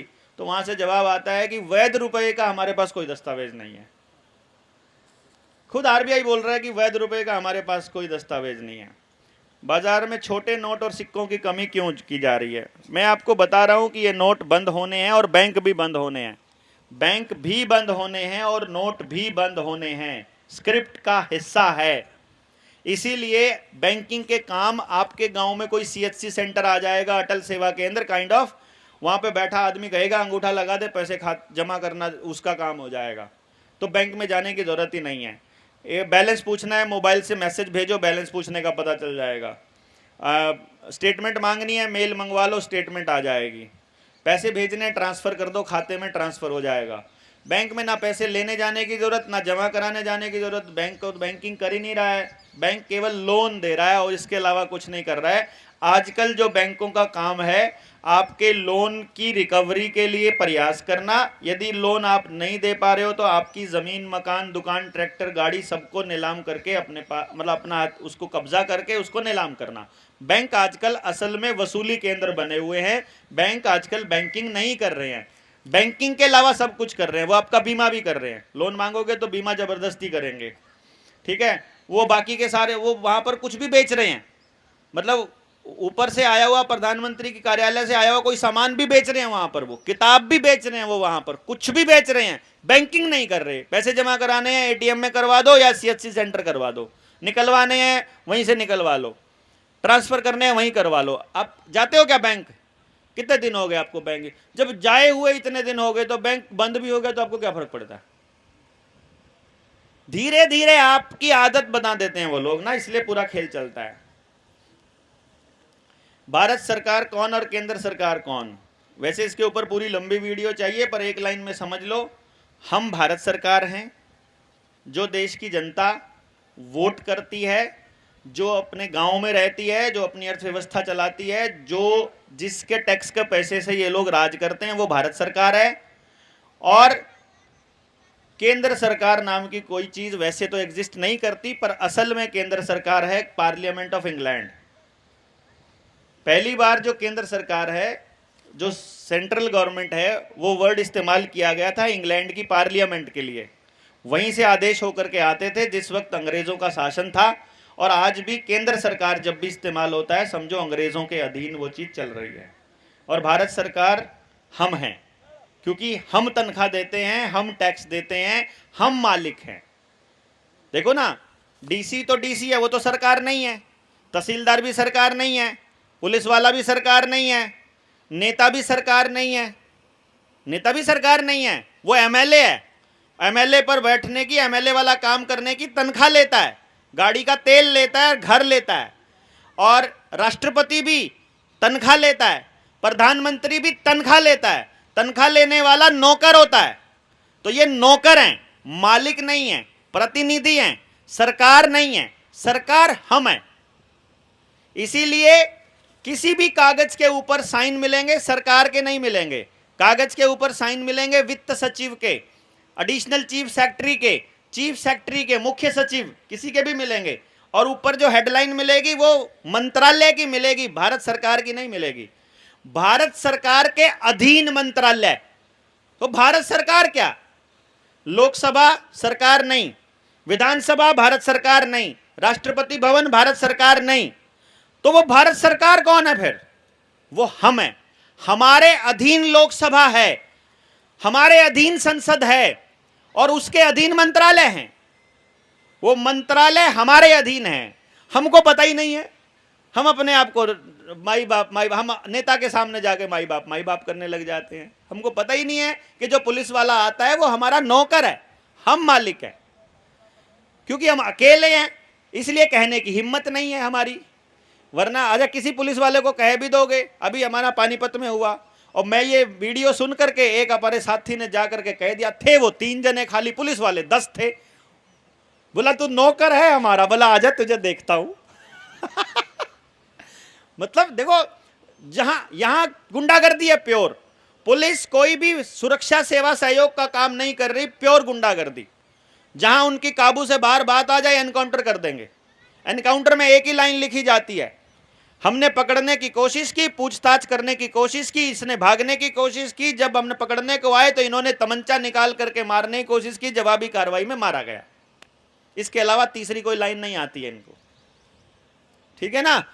बड़ी वो है, क्योंकि यही जज हैं, यही मालिक हैं, तो आदमी डरता इसलिए कि एनकाउंटर कर देंगे, आदमी डरता इसलिए जेल में डाल देंगे, आदमी डरता इसलिए क्योंकि समाज डर जाता है एक आदमी के जेल जाने से। एक आदमी के जेल जाने से अगर समाज खड़ा हो जाए कि सच क्या है वो बताओ, सच्चाई के ऊपर अगर लड़ने लग जाए तो इनको डर लगने लगेगा, लेकिन नहीं लगता है क्योंकि हम लोग डरे हुए हैं। ब्लू लाइट के बारे में तो पूरा, ब्लू लाइट और व्हाइट लाइट के बारे में मेरे चैनल के ऊपर वीडियो है पूरी, थोड़े दिन पहले की, वो आप देख लेना। एलोपैथी में ऑपरेशन की थ्योरी ये होम्योपैथी से ही, उससे आयुर्वेद से ही आई है। शल्य चिकित्सा पहले ही सब्जेक्ट होता है अपने उसमें, चिकित्सा शास्त्र में ऑलरेडी डिक्लेयर है पूरा का पूरा। इसके ऊपर जब चिकित्सा के शिविर लगेंगे तो उसके ऊपर भी हम लोग कर लेंगे। अभी तो क्या है कि अभी तो ऐसा लगता है जैसे लोन वाले मुद्दे के लिए अपने ट्रेनिंग्स हो रहे हैं, आगे शिक्षा वाले मुद्दे पर भी ट्रेनिंग्स होंगी, फिर इसके बाद स्वास्थ्य वाले पर भी होंगी, फिर राजनीति वाले, सब पे होंगी फिर अपनी ट्रेनिंग्स ना, ये कॉन्टिन्यूसली। अभी तो शुरुआत भर है खाली। मोबाइल एप्लीकेशन का आवेदन कैसे लगेगा? सबका आवेदन ऐसे ही लगेगा। आवेदन देने के बाद का प्रोसेस क्या है? देखो, आवेदन देने के बाद का प्रोसेस सबसे पहला ये है कि एक तो रुपए को अच्छे से समझना है। जिसने भी आवेदन लगाना है, मैं ग्रुप में डाल रहा हूँ 5 6 वीडियो मैंने डाल भी दिए हैं वैसे, वो उसमें रुपए के ऊपर चर्चा है, उनको अच्छे से सुन करके नोट कर लो, ताकि एक एक बात उसमें हमने पुलिस वाले द्वारा पूछा गया और बैंक के अधिकारी द्वारा पूछा गया एक एक सवाल उसमें हमने कवर किया है और उसका जवाब है। लगभग 3 घंटे की वो वीडियोस है, अच्छे से सुनो उसको कॉपी पेन लेकर के, तो आपको पता चल जाएगा। फिर पूरे न्यू वर्ल्ड ऑर्डर को समझने वाली भी 4-5 वीडियो डाली हैं, वो भी 6-7 घंटे का मटेरियल है, उसको भी आप अच्छे से सुनोगे तो आपको पूरा खेल समझ में आ जाएगा। जो चीजें अभी यहां पर नहीं आई हैं, जैसे मैंने जो बोला है वो कभी मैं मुंबई के हिसाब से बोल देता हूं, कभी दिल्ली के हिसाब से, और कभी करनाल, और कभी मेरे गांव के हिसाब से। वो चीजें जिस गांव में अगर नहीं आई हैं या आपके किसी और गांव में नहीं आई हैं तो इसका मतलब ये नहीं है कि वो नहीं आएंगी, वो तैयारी वही चल रही है जिसको आप तरक्की का पैमाना बोल रहे हो। यानी अगर वो भारत को अगर थाईलैंड और सिंगापुर की तर्ज पर डेवलप करना चाहते हैं, जब अरविंद केजरीवाल ने बोला था कि मैं दिल्ली को सिंगापुर की तर्ज पर डेवलप करना चाहता हूं, तो मेरे दिमाग में सबसे पहला सवाल मैंने फेसबुक पर अरविंद केजरीवाल से पूछा था कि तुम थाईलैंड और सिंगापुर की तरह दिल्ली में भी वैश्यालय खोलना चाहते हो क्या हर घर में? क्योंकि वहां तो थाईलैंड की तो पूरी अर्थव्यवस्था वैश्यालय से चलती है। वहां तो बाप अपनी बेटी का रेट खुद तय करता है, गले में पट्टा डालता है बाप अपने हाथ से कि इस वाली बेटी का रेट ये है और इस वाली का ये है। वहां पर वो एक कल्चर कोई खराब थोड़ी ना है, उनकी तो रोटी उससे चलती है। तो क्या दिल्ली को वो थाईलैंड की तरज पर, सिंगापुर की तरज पर डेवलप करना चाह रहा था? भाई यहां से तो सारे के सारे उल्टे काम करने के लिए उन देशों के अंदर जाते थे ना पहले तो, जो लोग यहां से जाते उद्योगपति लोग। तो मतलब इसका मतलब तो उसका तो मेन हेड ये है।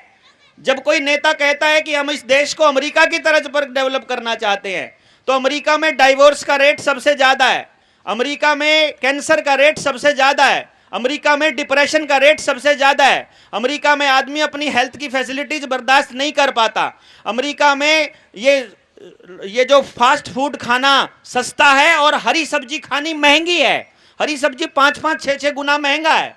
तो क्या इस देश को भी ऐसा ही बनाना चाहते हो कि तुमको सब कुछ पैकेट में मिले और कंपनियों का मिले और सारा पैसा कंपनियों को जाए?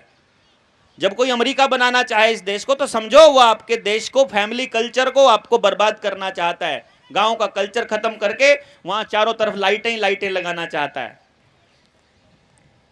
इसलिए हम लोगों को इस बात के ऊपर बड़ा समझ देखना पड़ेगा कि देखो ठीक है, आपको दूर से दिखने में किसी की गाड़ी बड़ी नजर आ सकती है, किसी के बढ़िया कपड़े नजर आ सकते हैं। ये बच्चे स्कूल में जा रहे हैं, देखो इस स्कूल में गया अभी, ये बदायूं से आई है, ये ककराला से है ना। अब इस बस में ये बच्चे दिखते बड़े सुंदर हैं, अच्छी सी ड्रेस पहने हुए हैं, पर इन बच्चों की मेंटल हेल्थ को आप एक बार जाकर के देखो, इनको कुछ समझ में नहीं आता जो अंग्रेजी में वहां बका जा रहा है, क्योंकि गांव में तो सारा देसी बोला जाता है। तो वो पूरी जिंदगी बकवास कर रहे हैं, बकवास जिंदगी जी रहे हैं। वो उन बच्चों की जिंदगी नरक बना रहे हैं माँ बाप, जो अपने बच्चों को गांव से बाहर भेज रहे हैं, उन प्राइवेट स्कूलों की जेब भर रहे हैं खाली। मतलब अल्टीमेटली क्या है, सही और गलत का फैसला बैठ करके करने से होगा। यदि आपको यह समझ में नहीं आ रहा है करें क्या, तो जनता सरकार मोर्चा के साथियों से संपर्क कर लो। अगर नहीं पता है जनता सरकार मोर्चा का साथी आपके गांव में होगा, उससे कर लो, वो आगे कर लेगा, वो आगे कर लेगा, तो किसी ना किसी ऐसे व्यक्ति तक पहुंचने का रास्ता मिल जाएगा जिसने बीजों पर काम किया हो, जिसने खेती पर काम किया हो, जिसने राजनीति पर काम किया हो, जिसने एजुकेशन पर या स्वास्थ्य पर काम किया हो। तो बैठ करके चर्चाएं कर लो, लंबी लंबी चर्चाओं के बिना बात नहीं बनेगी। 2 दिन की 3 दिन की ट्रेनिंग सफिशिएंट नहीं है। जिन्होंने 3-3, 4-4 ट्रेनिंग ले रखी है वो लोग भी यहां बैठे हैं, और हर ट्रेनिंग में नया मटेरियल मिलता है ना, कुछ भी पुराने वाला रिवीजन नहीं होता है, क्योंकि मटेरियल ही इतना ज्यादा है। 1500 से ऊपर तो वीडियो मेरी पड़ी हुई है यूट्यूब के ऊपर, तो बहुत सारा मटेरियल उसमें कॉमन भी आ जाता है और बहुत सारा अलग भी आता है। तो दूसरे नंबर पे यह करना है कि वो वीडियोस जो अपनी लोन वाले मुद्दे पर, रुपए वाले मुद्दे पर है, उसको समझ लेना है, फिर न्यू वर्ल्ड ऑर्डर को समझ लेना है, फिर अपने गांव के ऊपर चर्चा इसके ऊपर करनी है, फिर एजुकेशन वाली ट्रेनिंग है उसको भी कर लेना है, आप उस पर भी कर सकते हैं। और रिकवरी वालों के अधिकार, बैंक वालों के अधिकार, इन सब के ऊपर हमने अलग अलग वीडियोस बना के डाली हुई हैं।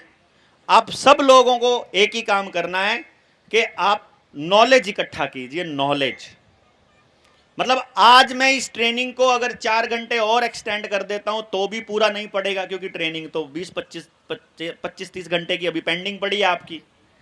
इसलिए मैं क्या कह रहा हूं कि आज हमने बात का बीज बो दिया, बात को आपको समझ में आ गया हो। इन 2-3 दिनों के इस पूरे प्रकरण में अगर आपको बात समझ में आ गई है, तो फिर आपको एक ही काम करना है कि इसको और समझना है।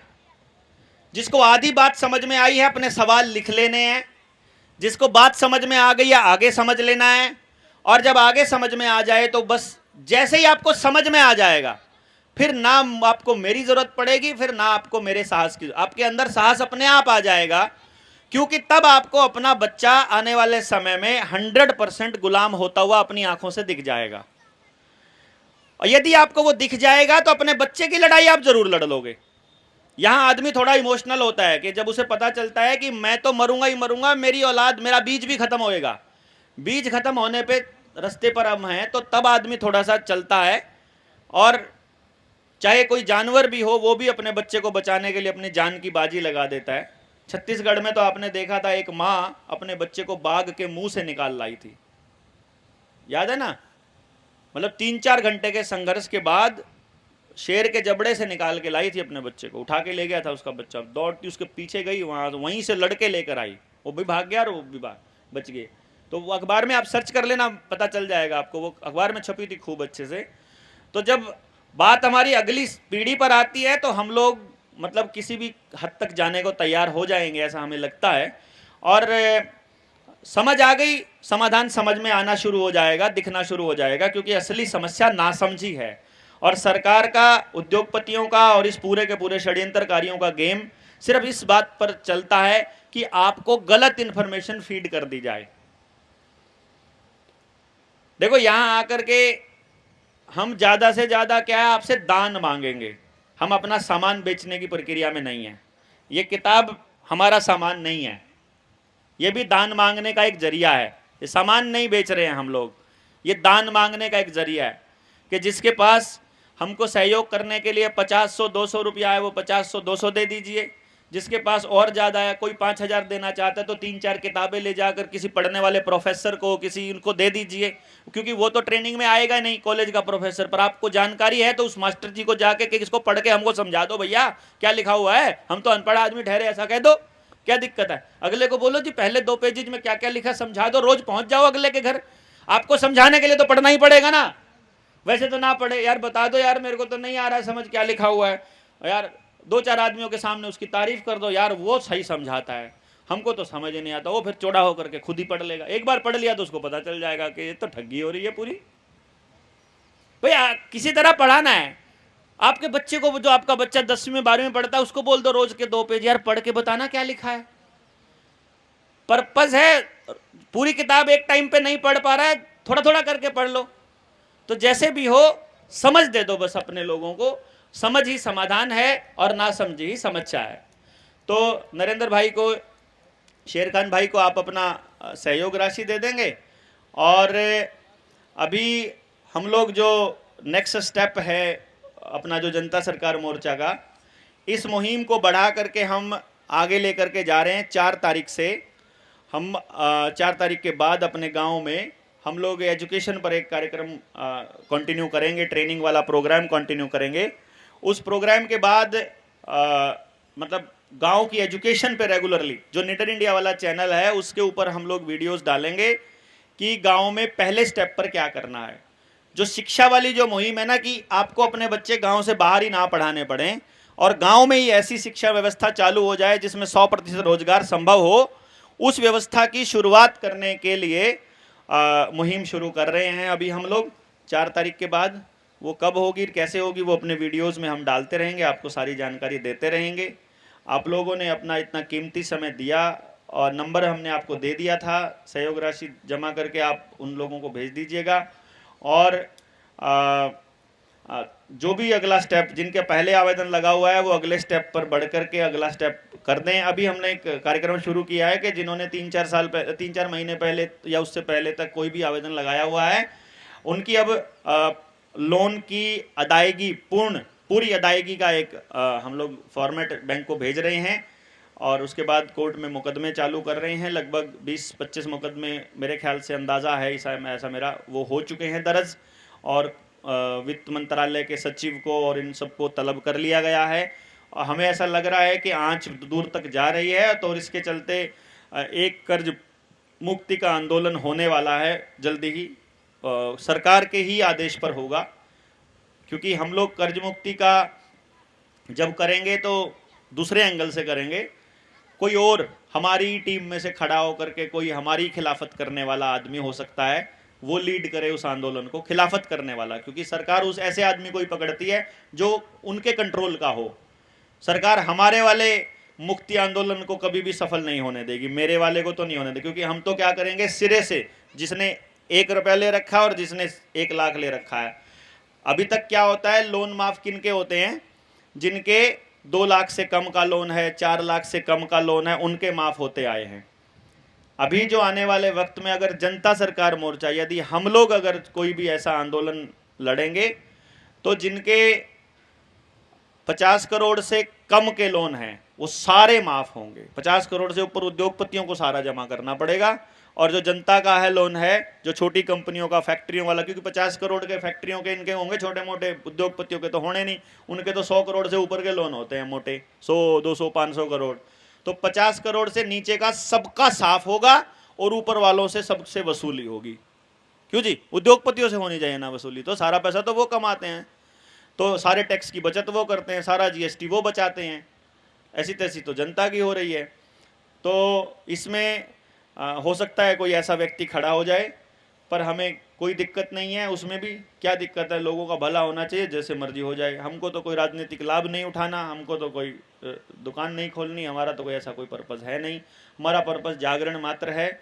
आप समझ लें, इन चीज़ों के ऊपर खुद से काम कर लें। गांव आपका है, समस्या आपकी है, आप ही को लड़ना पड़ेगा और आप ही को बचाना पड़ेगा। बाहर से आया हुआ आदमी आपके गाँव को नहीं बचाएगा, बस ये आपको याद रखना है। तो आप सब लोग आए, आप सब लोगों ने अपना सहयोग दिया, अपना टाइम दिया, उसके लिए बहुत बहुत धन्यवाद। जय हिंद, जय भारत।